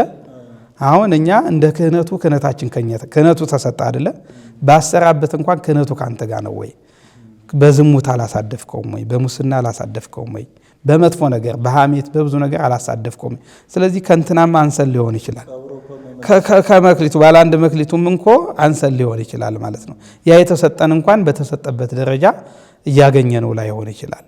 እና ያንን አስተካክለን ከተገኘን በእውነት እኔ እኮ ምእመናንን በመሰረቱ ልፈርድባቸው አልችልም እኔ በዚህ ሰዓት። ምክንያቱም እኛ ሆነን ባልተገኘንበት ሰዓት እነሱ ግን ሆነው ተገኝተዋል፣ በጥቂቱም ቢሆን ተገኝተዋል ብዬ አስባለሁ። ነገር ግን እኛ አትርፈን ብንገኝ እነሱ በሚሰጡን ልክ እንኳን ባይሆን በሚሰጡን፣ ምክንያቱም እነሱ ናቸው የሚያኖሩን። ደክመናል፣ ግን ዋናው ፍሬው ያለው እነሱ ጋር ነው አይደለ? እነሱ ናቸው የሚያኖሩን። ስለዚህ እነሱን ደግሞ እኛ መንከባከብ መቻል አለብን። እንደረኛ ወዴት እየሄዱ ነው? ብዙዎች እኮ እያመለጡ ነው አይደል? በአሁኑ ሰዓት እኛ ባለመጠበቃችን እኛ ራሱ እረኞች እረኛ ያስፈልጋቸው ሆነናል እኮ። እኛ ራሱ እረኛ እያስፈልገን ነው፣ ሌላ እረኛ ግን ከኛ ውጭ እረኛ ሊመጣ አይችልም። በቃ ደረጃውን ጠብቆ የክህነት እርከን ተሰጥቶት አለ። ሁሉም በየደረጃው ይጠበቅ። ባለ አምስቱ የ5 ጥያቄ ይጠየቅበታል። ባለ አምስቱ እኮ 3 ቢያመጣ አተረፈ አይባልም አይደል? 5 ማግኘት መቻል አለበት። 5 ትልቅ ነገር ነው የተሰጠው። ትልቅ ነገር ከተሰጠ ትልቅ ነገር ነው የምትጠብቀው አይደለ? አሁን እዚህ በዚህ በሚዲያው አንተ አሁን ወደ 14000 ሰብስክራይበርስ አለ አይደለ? 2 ሰው 3 ሰው ቢያይልህ አሁን ከ14000 አንተ ትረካለህ? አትረካም። ቢያንስ በሰብስክራይበርሱ ልክ እኮ መታየት መቻል አለበት። የሆነ ባይሆንም ማለት ነው። ግን መሆን ያለበት እንደዛ ነው። ስለዚህ አሁን ግን ጀማሪ ከሆነ 2-3 ያለው ከሆነ 2-3 ቢያይልህ ችግር የለውም። ስለዚህ ባለ አምስቱ 5 ማተረፍ መቻል አለበት። ባለ ሁለቱም እንደዛ ማተረፍ መቻል አለበት። ስለዚህ ከኛ የሚጠበቀው እንደ ካህን ምእመናንን መንከባከብ። ምእመናን ለኛ በጎቻችን ናቸው። በጎቻችንን ግን ወደ መጥፎ እንዳይሄዱ ማለትም በግ ፍየል መሆን መቻል የለበትም አይደለ? ወደ ሌላ መጥፎ ነገር መግባት የለበትም። በግነቱንም አጥቶ ተጉላ ሊነጥቀው አይገባም። እኛም እንደ ካህን ክህነታችንን ጠብቀን እያተረፍን ምእመናን በጎቻችንን እየጠበቅን እንድንኖር የእግዚአብሔር ፈቃዱም ይሁን። የእኛም ብርታት ደግሞ ይጨመርበት። ያው ለፍቶ ጥሮ ግሮ አመጣ አይደለም የሚለው። ከዛም ስንላቅ ጥረግረን እንድንበላ ነው። ያም ሲሰጠው ደግሞ ለፍቶ ጥሮ ወርዶ ጥሮ ግሮ ያንን አመጣ ማለት ነው። ስለዚህ እኛም የሚጠበቅብን እናደርግ፣ እነሱም ደግሞ የሚጠበቀው ያው። ምክንያቱም በግ ስትንከባከበው ይደልባላል፣ ሰውነቱ ይመቸዋል፣ ይፋፋል። ስለዚህ እነሱም በአይምሮ ይጎለብታሉ ማለት ነው። በአይምሮ ከጎለበቱ ደግሞ ማንም መናፈቅ መጥቶ ሊወስዳቸው አይችልም። አንተ በአይምሮ የጎለበተ ሰው እኮ ምግቡ ማን ነው? እሱ ክርስቶስ ነው የሚሆነው። በገንዘብ እያታላሉ የሚወስዷቸው አሉ እኮ አይደል? በትንሽ ነገር እኮ የሚወስዷቸው አሉ፣ በትንሽ ጥቅስ የሚወስዷቸው አሉ። ስለዚህ እኛ የሚጠበቅብንን መልካም ነገር እናደርግ፣ መልካሙ ነገር ደግሞ ይገኛል ብዬ አስባለሁ። እሺ፣ እንታ ከልብ እናመሰግናለን። ውድ ተመልካቾቻችን ከሊቀ ጠበብት ሰላሙ ስዩም ጋር ያደረግነው ቆይታ ይህን ይመስል ነበር። ለመለያ የሚሆን አንድ ዝማሜ እናዘማቸዋለን። በሌላ ፕሮግራም እና በሌላ እንግዳ እስክንገናኝ ድረስ በያላችሁበት ቸር ቆዩልን። ወትቃወም ንግሥት በየማንከ በአልባሰ ወርቅ ወጽፍት ወህውብርት